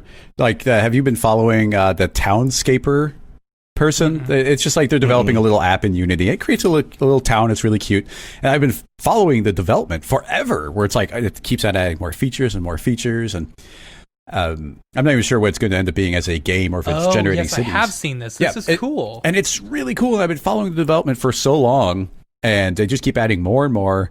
And like at no point am I like, why isn't it released? Why isn't it here? I need access to this. I could be using this to generate maps for a D&D game or something. I'm not like freaking out about it, but it's really cool to see the development as it goes. I don't know. It helps keep you accountable. Like if you're posting on a regular basis, I don't know. I feel like that helps keep you motivated. Yeah, that's probably true. I'm thinking we will start doing more of that, start being more open about like, hey, we just added this feature. Here's a cool thing that we're working on. So, and like I said, we're still developing in very robust things. We're having to work within the limitations of what Cinema can do. You have to always make sure that your plugin can go back a couple versions at least. Like you guys are saying, you're still working in R20, and now R23 is here, and who knows when like an R24 might come out. So, like, I have an idea, but well, I know exactly when it comes out, but I have to keep it vague. And of some versions, I will say, in spite of being on like the beta, when they did last year, when they suddenly did a half-year release, it caught me completely off guard, and I only found out about it like 2 days beforehand or something. So the video, my What's New in R22 video, S22 technically, like there's entire chunks where it's like, I don't have an example of this, but there's also this cool feature, because I literally did not have time to demo that and get the video out. So I'm paying more attention to the dates now. Mm-hmm. I think it's also a good opportunity to use stories, Instagram stories, when you're building something like that. Yeah, because you can post these little snapshots, and it's like, this isn't something that I want to be like an Instagram photo. Yeah, like a pretty Instagram photo, but I was making the run sequence of this character for this massive scene that I'm building, and so I'll post that as a story, and then the next day pretty, something but else. You can see what's going on. Yeah, people follow your journey. That's what stories are for. Yeah, I'm trying to wrap my head fully around it. It's very unintuitive for me. I'll say that. So. But, all of the marketing is unintuitive for me. I don't like being the salesman at all. It's more like, hey, everybody, here's this little thing. If you like it, go check it out. Instead of being like, hey, everybody, like, so, which I shouldn't feel bad. Like, I put so much stuff out there in the world for free, but it's still deeply, deeply unintuitive. Do you ever feel like you want to do something like a short or something? Like I would be very interested to see, like, are you into writing or anything like that, where you would like want to write a script and do a short of some kind, or I am, well, it's gotten, I don't know if I want to say better or worse since starting my own company, where you have to be more focused, and you have to be like, no, I can't do that project. I got to do this instead. Yes. But I'm all about like fun, independent projects. I have so many hobbies I like to focus on, and I tend to jump from hobby to hobby to hobby and then cycle back around again, where it's like 2 months out of the year, I'm all about 3D printing, and then I don't touch it for a long time, but then I come back and dive right back in. Yeah. So along those lines, people will constantly ask in interviews and whatnot of like, oh, where do you get your inspiration, and like what inspires you? And it's like, I get inspiration overload all the time. You go on the forums, you go on Instagram, you go anywhere, and it's like, oh, I want to do more modeling. Oh, I want to do more rigging. Oh, I want to make a short. Oh, I got to get better at lighting. Oh, I got to do, like, you want to do everything, and it can get so overwhelming so quickly. Right now, if I had more time, if I had like unlimited time, my passion project would be working on a video game, probably in Unity, possibly Unreal. I started tinkering with I started trying to learn Unreal. A lot of Jonathan's stuff was inspiring me. But of course, I started tinkering, and I was in Unreal, and then I immediately started getting into the code side of it, and I completely like didn't import any models or anything. I was like, oh, let me start coding. Let me get this function. Let me get this. And so but like I've got tons of notes of like a video game idea, and I love systems and building that type of thing out. So I got all these ideas for like this. Well, no need to get into it. It's just hobby projects and not anything I'd ever imagine releasing. But I think even last night I was like, oh, I got a couple ideas. I'm gonna write down the notes of for this one kind of game concept. So that would be where I'd spend a lot of my time if I were to do that. But yeah, I mean, a little. Writing, drawing, printing, designing, like learning just in general. Like I get into like 3D painting every once in a while, get the Cintiq out. That's and cool. It's hard to stay focused, but yeah, it's all in the same general direction. It's always related to I get that, 3D though. or 2D art. Yeah. Yeah, like the coming around back to things, like I feel like during the holidays every year I end up circling around back to 3D printing because I'll print some ornaments or some decorations or something and be like, oh, you know what else I could do? And then all of a sudden I'm like back into 3D printing. And then the thing turns off and I don't touch it again for 6 months. Yeah. You know, it's kind of like that. But I've been doing a list inside of my Todoist, but this is kind of part of the GTD method, is just having that future thing. That no due date on it. You kind of set it aside. You don't see it on your to-do list unless you go to the future section. But having a list of like, I want to do this thing someday in the future, and you put it on the list, and then you think of something else, and every once in a while you go back and you revisit that list, maybe once a month, and you're like, oh, I forgot about. Yeah, I should, or no, I shouldn't. I shouldn't. I want to do that, but I shouldn't do that.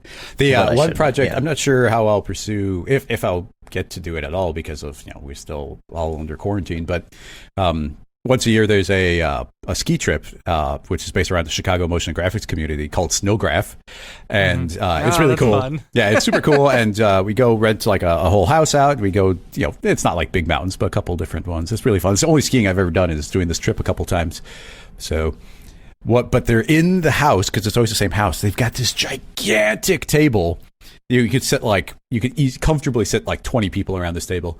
So we took measurements of it, and the plan for, I don't know if we'll end up doing the ski trip in February this year or if it'll skip a year, but we have the idea of creating and printing out, a gigantic Risk board, and then and I want to design and 3D print all the figures to go on it, and to get the croup sticks, which is like the little sticks that a general will push the armies around. Oh yeah. So you'd actually be at like this full scale fun. and get a giant. I mean, everybody was obsessed with getting Risk off the ground, and then we started talking about making a giant board, and it's like I love these types of projects.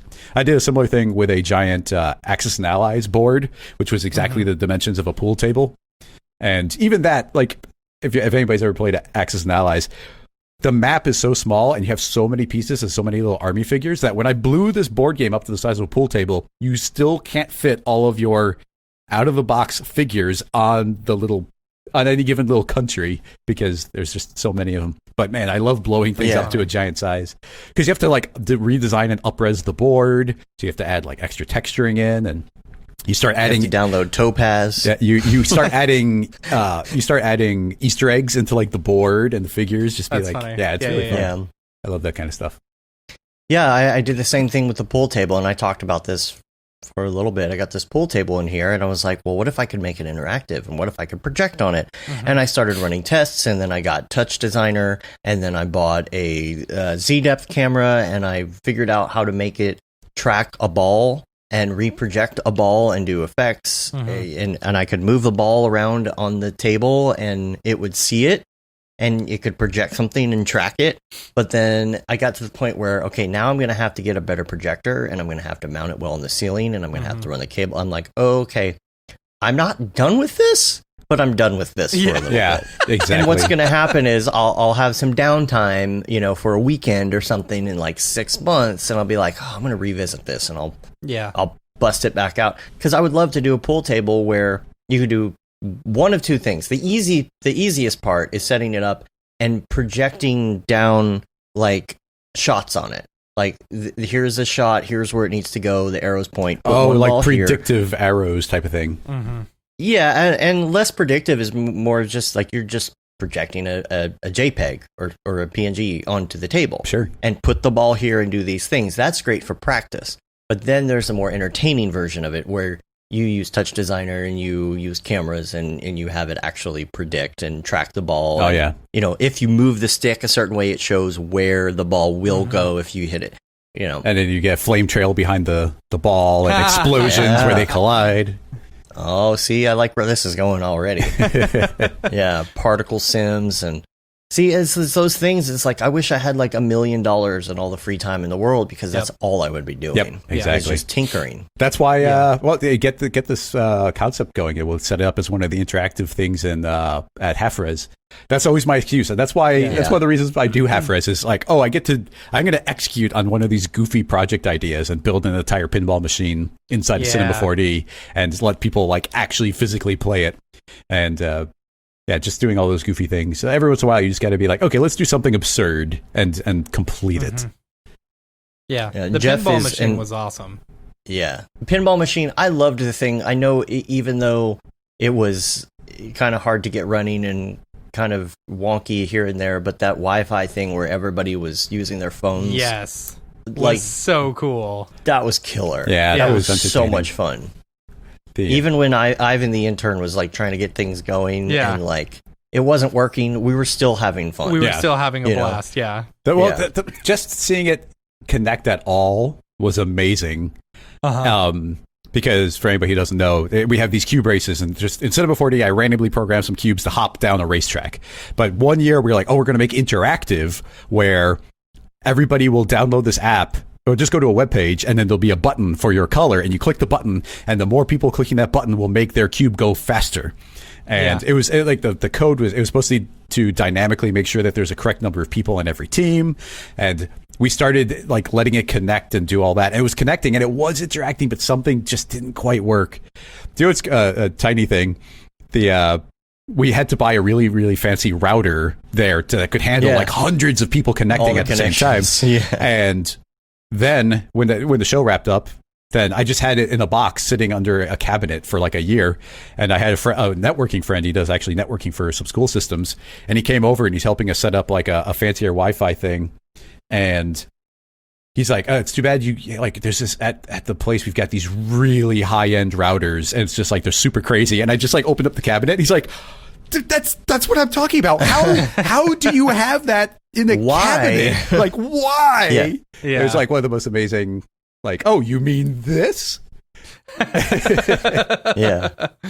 That brings us back around to half-res and everything else. What's the latest update on that? Like, what's the plans with COVID and everything so far? Yeah, I mean, we're in the exact same boat that you guys are. In fact, we were there's essentially two conferences, and we're paying attention to what they were doing. It's like when they call it, we'll call it. And when you guys were like, well, it's not happening. Sorry, everybody. You're like, okay, let's call it.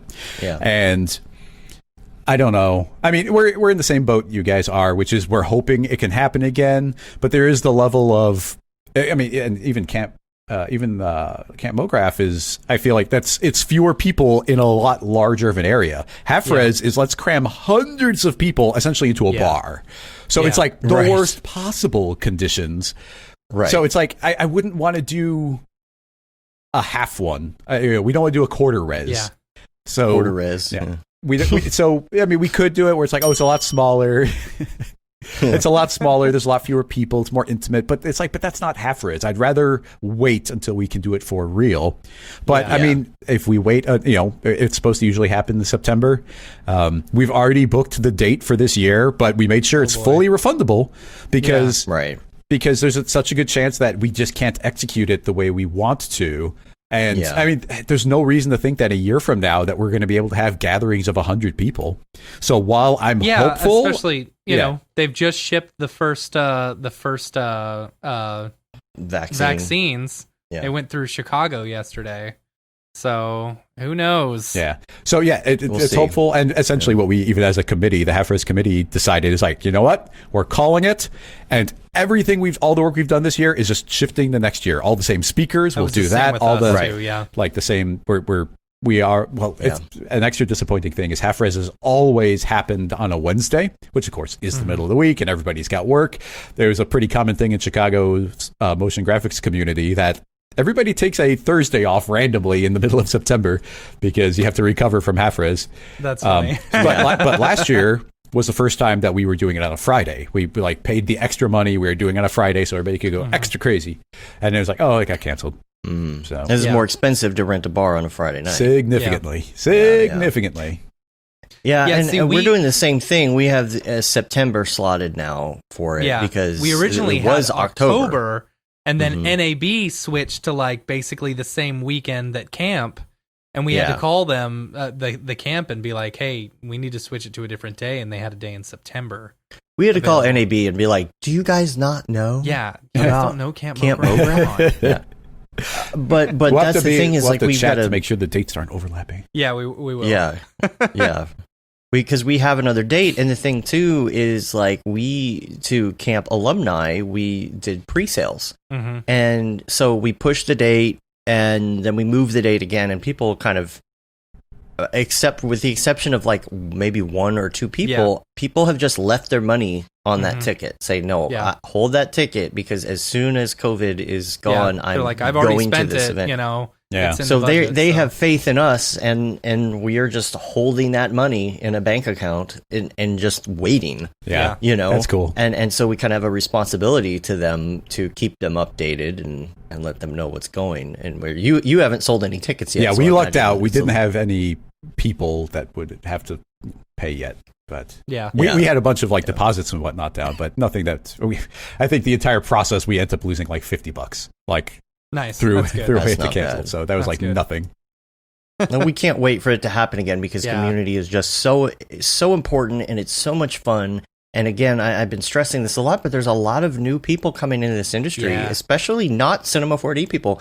The amount of Blender people that are like millions of Blender people coming into this genre of like motion graphics and motion design and kind of this partially like Unreal and just crazy industry.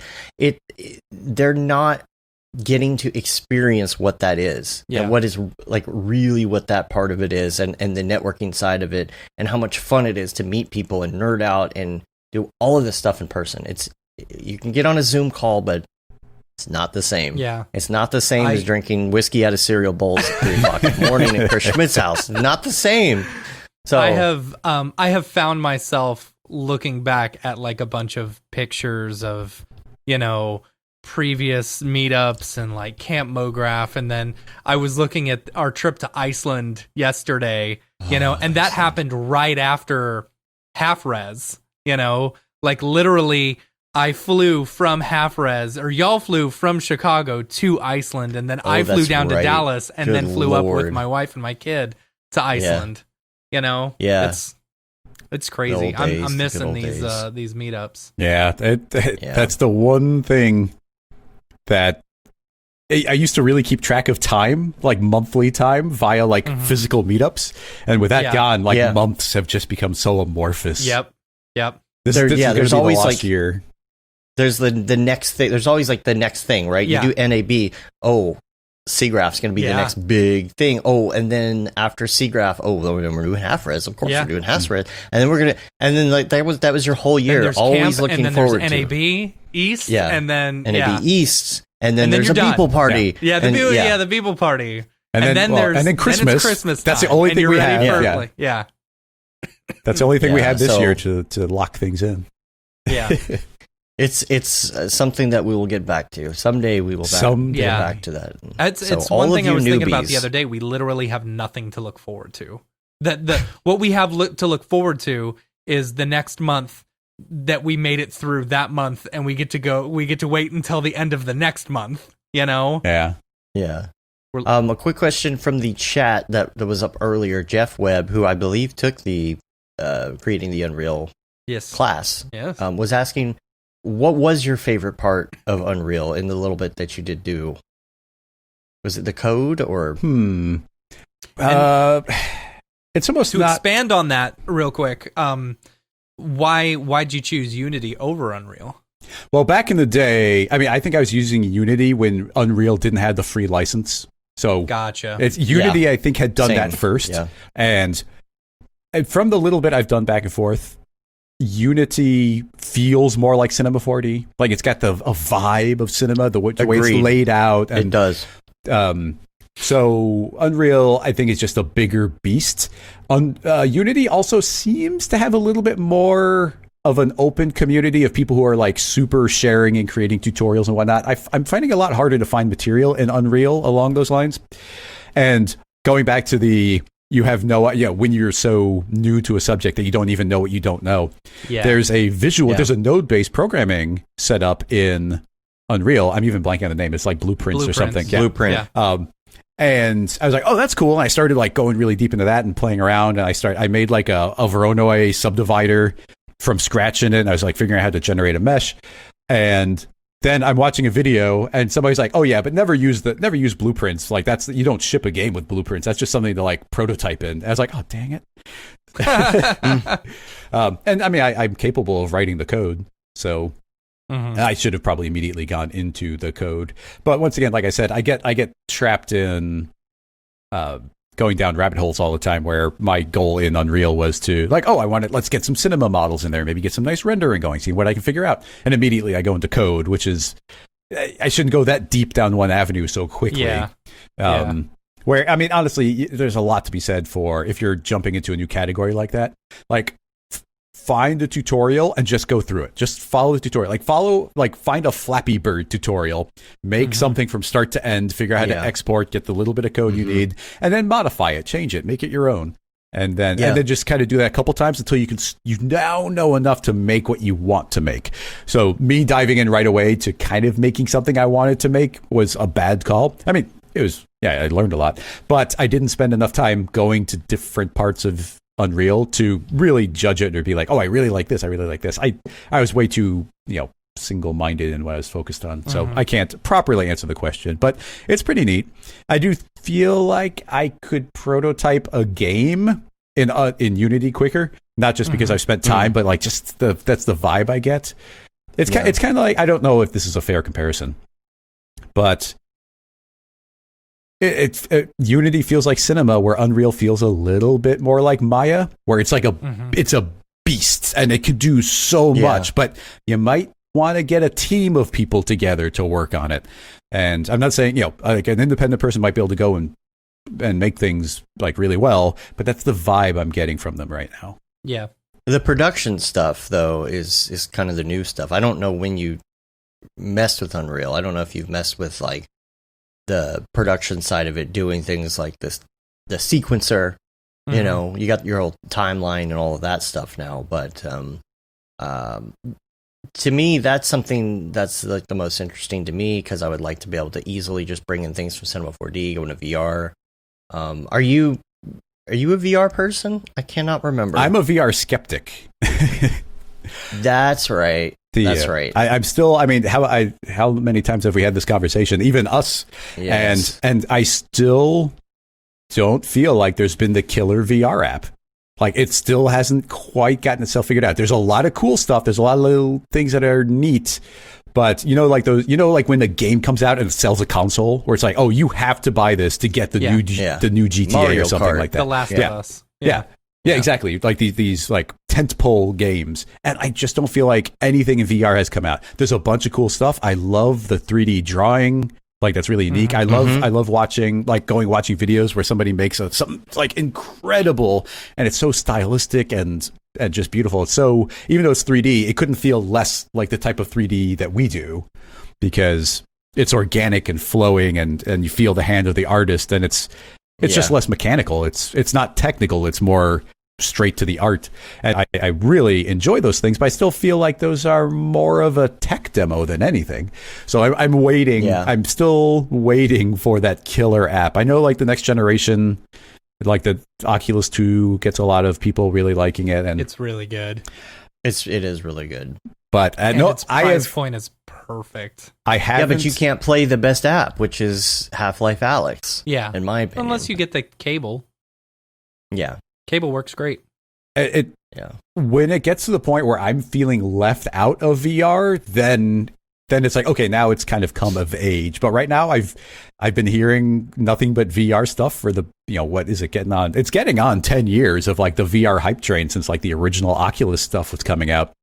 And it's been 10 years, and I still don't feel like I'm missing out yet. It's a toy right now. It's not a must-have.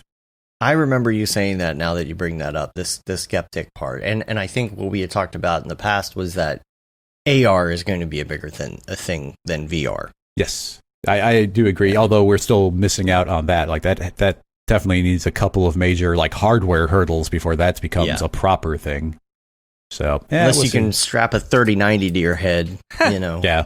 Well, I mean, honestly, it gets to the point where you do need like a Google Glass, and you immediately see how that thing fell apart. Although surprisingly, it is still technically a thing, but they went full enterprise on it, and it's not a consumer product. So I was like, oh, I didn't realize it still was around. But yeah, I don't know. I'm waiting for that interesting world, but I don't know. Maybe it won't be a thing until like Neuralink starts becoming ubiquitous or something. I don't know. Yeah, it might get there before the AR glasses do. Yeah, exactly. I mean, and if some crazy breakthrough came through in like Neuralink, and like now you're directly stimulating parts of the brain, then you don't need any of that hardware. It's your own eyeballs that are doing it, not. Yeah, and that's where it gets scary. We had a whole conversation on our special with Don Allen about where it could possibly, what dark areas that could possibly go. It can go dark quick, but it's also I don't know. The humanity is quickly hurtling towards like full dystopia or utopia, and Black Mirror. I have no faith in humanity. Yeah, it is full dystopia. Well, it's a flip of a. Well, it's not a flip of a coin, but this is like a dice roll, and like it's. I give it like a 2 out of 20, or you roll a d20, and if we get a 19 or a 20, we get a good ending. Yeah, and anything less than that. Yeah, but yeah, it's just the AI race and the crazy places that can go. But then it goes to like the dangers of AI. One of the ideas behind Neuralink is that this is a way of mitigating the dangers of AI, because if we can interface directly with an AI, then now we're kind of part of it instead of this other thing that we're interacting with through a mouse. Like you can't do that. Yeah. Like I mean, you cannot. I mean, this whole point of Neuralink is that you cannot interface with a keyboard and a mouse at the speed that you think. So yeah. I really wish I could do the things in cinema that I want to do that are in my head. Yeah. Right away. Yeah. But that's the biggest bottleneck, right? Is trying to get your hand to do the things that are in your brain. So this is so insanely far away. But can you imagine a point where if you did have these types of brain implants and whatnot, that the creation of a movie would essentially just be recording your imagination? Yeah. And it's like, oh, hey, go experience the imagination movie I just put together. Like, yeah. Or when you wake up and you don't remember what your dream was. Oh yeah. Being able to go back and watch what your dream was, that would be fun.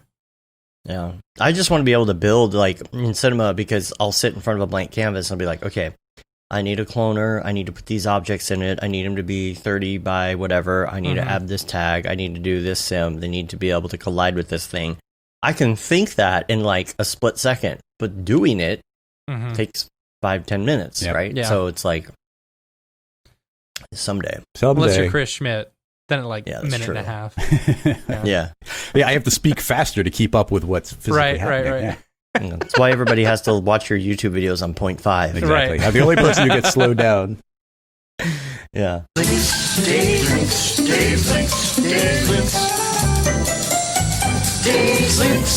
Got a couple links here before we go. Just real quick, I wanted to point out this is something that somebody tagged me in on Slack to put in the links, and it's something that actually Tokyo Megs posted from someone. And it is called Painting a Selfie Girl with Maths. So this is so cool. Somebody went through and did an entire 3D model of a character with a background and everything using all mathematics, 100%. Every piece of the face and the eyes and the hair and the background, everything was done with math and graphs. And it was crazy. Real time, right? Or like full playback. Yeah, playback. Yeah. It was cool. Because you had it was actually moving. It was animated and it was programmed. Yeah, it's neat. Yeah, so even when it comes to like, you think the head and the chin, you've got like two spheres, and the way that the two spheres kind of meld together, all graphs and all of that. And then the other thing I wanted to mention is just a little piece of free software and it's called Lossless Cut. And have you ever been in the situation where you're working with a long form MP4? I know I have. And it's not pretty, especially if you're trying to edit with it. Like, say that you want to go to, okay, first of all, say you want to just chop the beginning and end off of something. You know, that's one thing. You got to put it into a piece of software like Premiere, and then you got to re-export it, and it takes a while. Or especially if, like, you need a clip from something and you're trying to edit with it. I don't know if you've ever tried to edit with an MP4 that's like 4 hours long in Premiere, but you go, say you want to edit something that's at the end of it, like maybe the last 15 minutes. Something about the way Premiere handles that type of compressed file, it has a really hard time.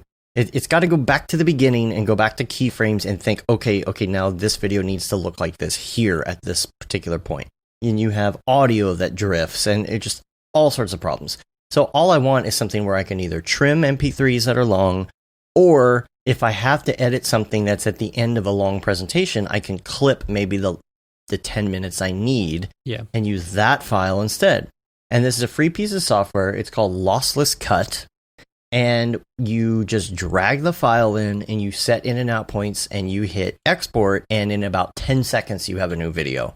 Even if it's like a 4-hour thing, it's like, it's not exactly like remuxing, but it's kind of similar. Because the only other option is to, like, literally open Premiere and re-encode an entire long video if you want to take, you want to take 4 seconds off the top. Encoder and, like, trim it on the little things. And pray that it doesn't output all black for some reason. Right. After 4 hours. I love Adobe.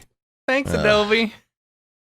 I had to trim something yesterday with 2 pieces, and Adobe Premiere 2019 crashed 3 times, and so I opened it in 20, and it crashed 5 times. So that's what I did was I went total. I went to Lossless Cut. I took that 10-minute clip that I needed. I brought it into Premiere 2020, and it worked fine. No issues. Because what would happen was I would get to the end of the MP3, and it's not that Premiere would crash.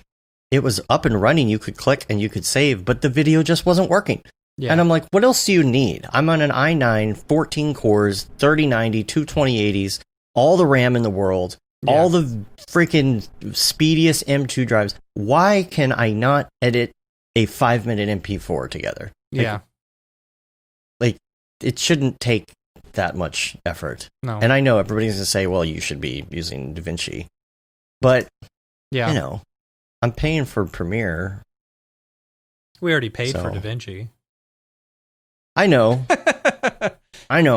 But my ecosystem is just, that's what I hate. I don't want to go, I want to learn new things.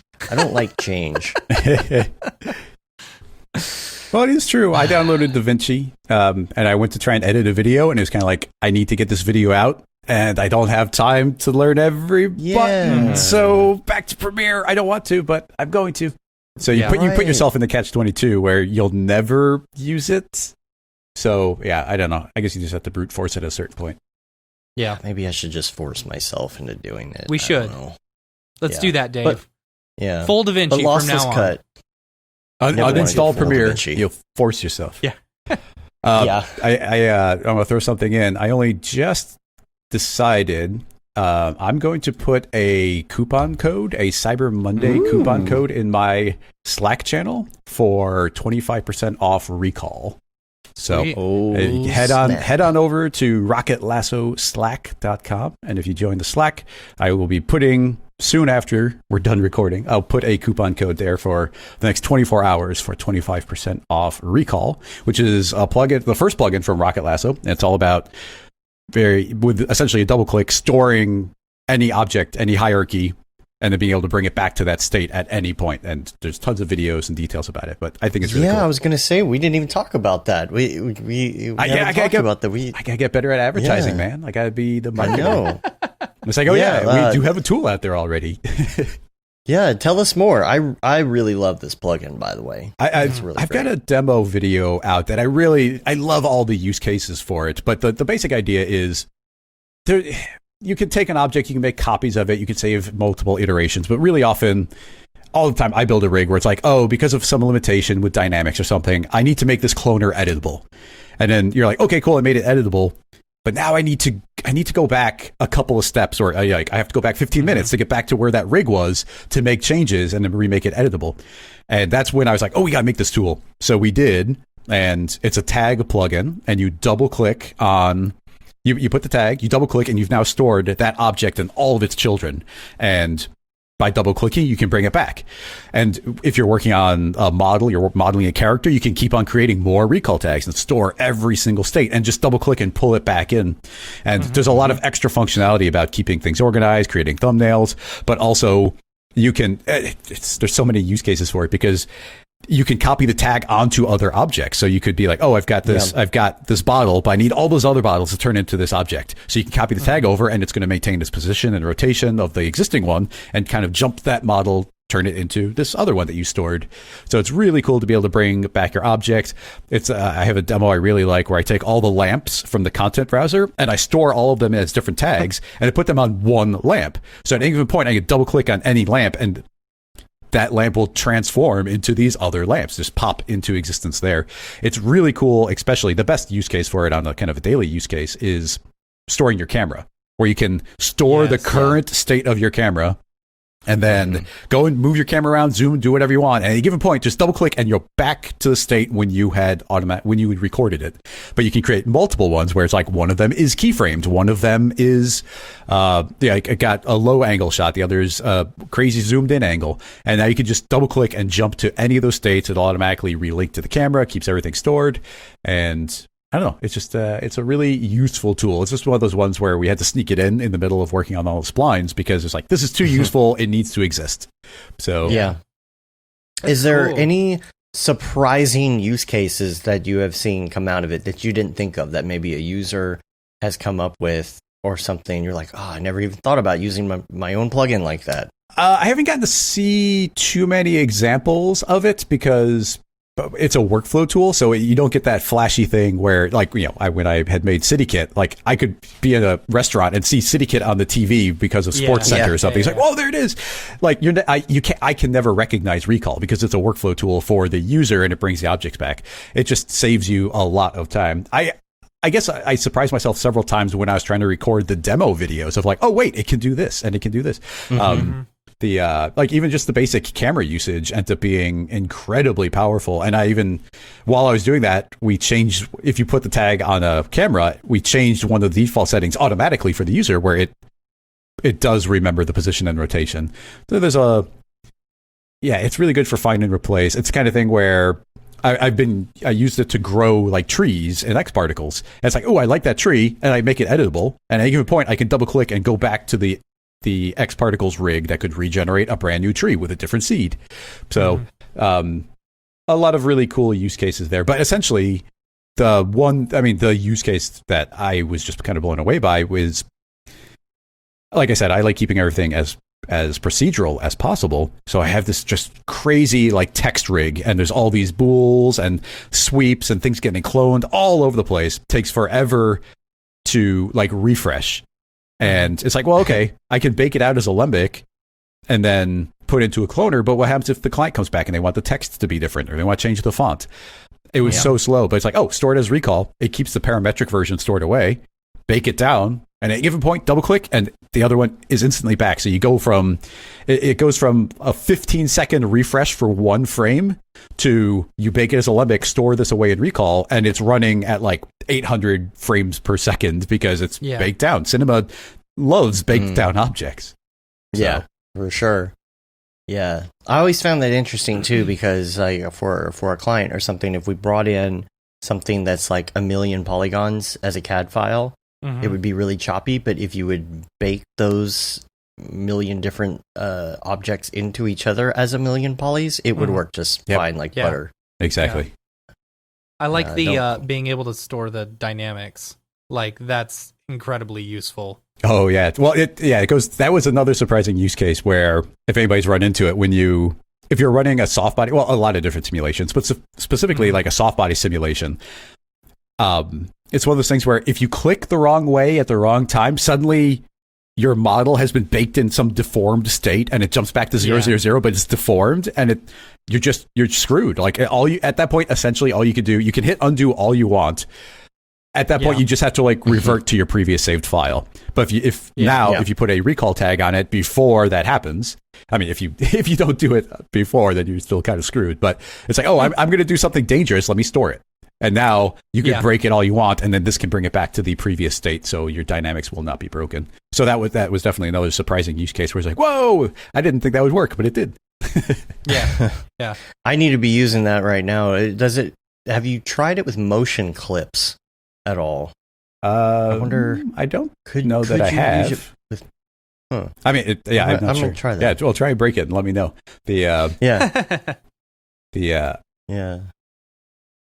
But yeah, I mean, it's really cool. It's really cool getting a tool out there into the world as well. So I gotta get that coupon code out there. We haven't had a sale yet, so this will actually be the first sale for anything recall, sale, or anything. There you go. Anything recall related, Cyber anything Monday. Rocket Lasso related. Holla. Yeah, Emmett Smith in the chat says using it to replace an object is a great bonus. Yeah. That's an old throwback. That's an joke. old throwback. Yeah. Haven't talked to old Dan Marino in a while. Yeah. No. Welcome. Yeah, it's been a while. Cool. Well, I think we're gonna wrap it up and get out of here, man. We really appreciate you coming on, hanging out with us, and giving us the update on all the things. Yeah. Thanks for having me. It's exciting to be here. I'm going to be doing a podcast with EJ later in the week for School of Motion. Oh, yeah. Oh, nice. We just did one last night. Last night. Oh, nice. Yeah. It was fun. It was good stuff. Yeah, looking forward to it. EJ, I don't know why EJ doesn't have his own podcast, because when he's running it, when he's in charge, he's very good at it. Yeah. He's very good. Well, when him and I, we got to figure it out. We just didn't figure out the format. But when him and I were in doing the Maxon Roadshow, when we were in Europe, the two of us were like, we got to do a podcast. Like, we got to get something. But we were like, but it's almost like we needed like a third person. You want to get like that tripod. Right. Yeah. And we just didn't figure out that hook. So it's kind of like an ongoing, like, oh, if we think something good, then we got to talk some more. So, but I agree. EJ's really good at that stuff. Yeah. Yeah. And this is podcast for his course. C40 Ascent. Actually, that's true. I actually did a proper podcast with Joey a couple weeks ago, which will get released soon. Cool. And now, it's a big podcast month for me. Yeah, that's good. You'll have to call in to our holiday show. Oh, yeah. I made a note. I actually made a note that I should do that. Cool. Yeah. Well, if people want to find you online, where can they find you on all the things? So at Rocket Lasso at all the things. So yeah, every account. And soon we'll have, and I've been saying soon for a while, but it is really, I've been populating with the actual content. So soon we'll have the official rocketlasso.com. Right now it's still like the temporary kind of construction page, but we've got some really nice search functionality for all the tutorials and live streams. And I guess this is first time I'm mentioning it anywhere, but we wrote a bunch of custom code so that I could embed the time codes directly, and it'll in the embedded video as you're watching, you can click time codes and jump like straight to them in the video, which is like some pretty cool specific tech. So looking forward to getting that out finally. So awesome, man. Well, thanks for having me. And you're also at Chris Schmidt on some things too, right? My just follow you. Yeah, my at Chris Schmidt 3D on Twitter and Instagram. But at this point, those are my personal accounts. Even though I keep everything, I don't know, pretty professional. Essentially, I only use social media for professional things. So if I'm following somebody and they start posting pictures of anything that's essentially not work related, I'm like, sorry, like that's not what I'm using this for. The only way you don't want to see my pets or anything. I was going to say the only exception is like really cute cats and dogs. It's like, okay, I'll allow it. I'll allow it. But it's the only way to stay sane in social media is to keep it like strictly professional. So even if there's an artist I love, if they start posting too much personal stuff, it's like, that's just not what I'm using this for. Yeah. Same here. So cool. But yeah, all right. Yeah, cool. at Rocket Lasso is the main one. Cool. Well, we're going to get out of here. You can rate us on iTunes, leave a review on your podcatcher of choice. It helps get our ratings up if you subscribe. And also subscribe to our newsletter. It goes out pretty regularly. I'm trying to get to it this week. It just hasn't been happening the last couple weeks. Been busy. You can say you've been there, done that, got the t-shirt with the Mograph logo tee, the Paul Babb Feel the Bab 2020 shirt. All the profits from that goes to Doctors Without Borders. I have changed the price. The price cannot, on our Amazon merch thing, it cannot go up to $1,000, so I set the price as high as it would go. Which is? I don't remember. All right. You can go see it at mograph.com. Also, so we got all the merch on there. We also have the Render Things t-shirt, hoodie, and long sleeve tee. That Render is Fire shirt, which you're only allowed to wear ironically. Unless you're Shams. And we've also got the new Mograph graphic blandishment shirts up. There's two different styles. There's a long sleeve and the short sleeve with different colors. It's only $50. That's as high as you can set it. It's as high as it can go. Right. Sorry. It's $50, but the profits from that are for Doctors Without Borders. That's why it's higher now. And it's vintage. It's throwback now. Vintage, yeah. Right.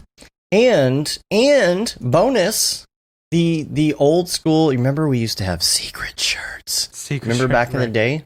Yeah. So I completely forgot about secret shirts, but I released one of the secret shirts onto the merch site. You can officially get the Render Wars. The Render Wars shirt is on there now. I figure at this point, might as well just throw it out there so people can get it. Because everybody asked me for it. Dang, that's cheap now. I don't think we're making any money off that. We're not making. It's cost. It's cost. And Render Wars wasn't our idea anyway, so we're not making any money off of it. Yeah. We're just putting the design out there that we made. So $13.07 for that shirt. That's you can't beat that. Right? $20 is the threshold for t-shirts. If it's more than $20, I'm like, I gotta really love it. But under 20, it's like that's the cost of a quality t-shirt. So anything under it, that's it's like water. You gotta buy it. Yeah, you're getting it at cost. You get it 2-day shipping on Amazon Prime. That one is only available though in the US store. Yeah, I will have to get that going in the UK store as well. So that is about it. Yeah, that wraps it up. Again, thanks, Chris. We're on Facebook, Twitter, Instagram, YouTube, mograph.com if you want to check us out there. And until next time, I'm Dave. And I'm Matt. And I'm Chris. Have a good one. Later, yo.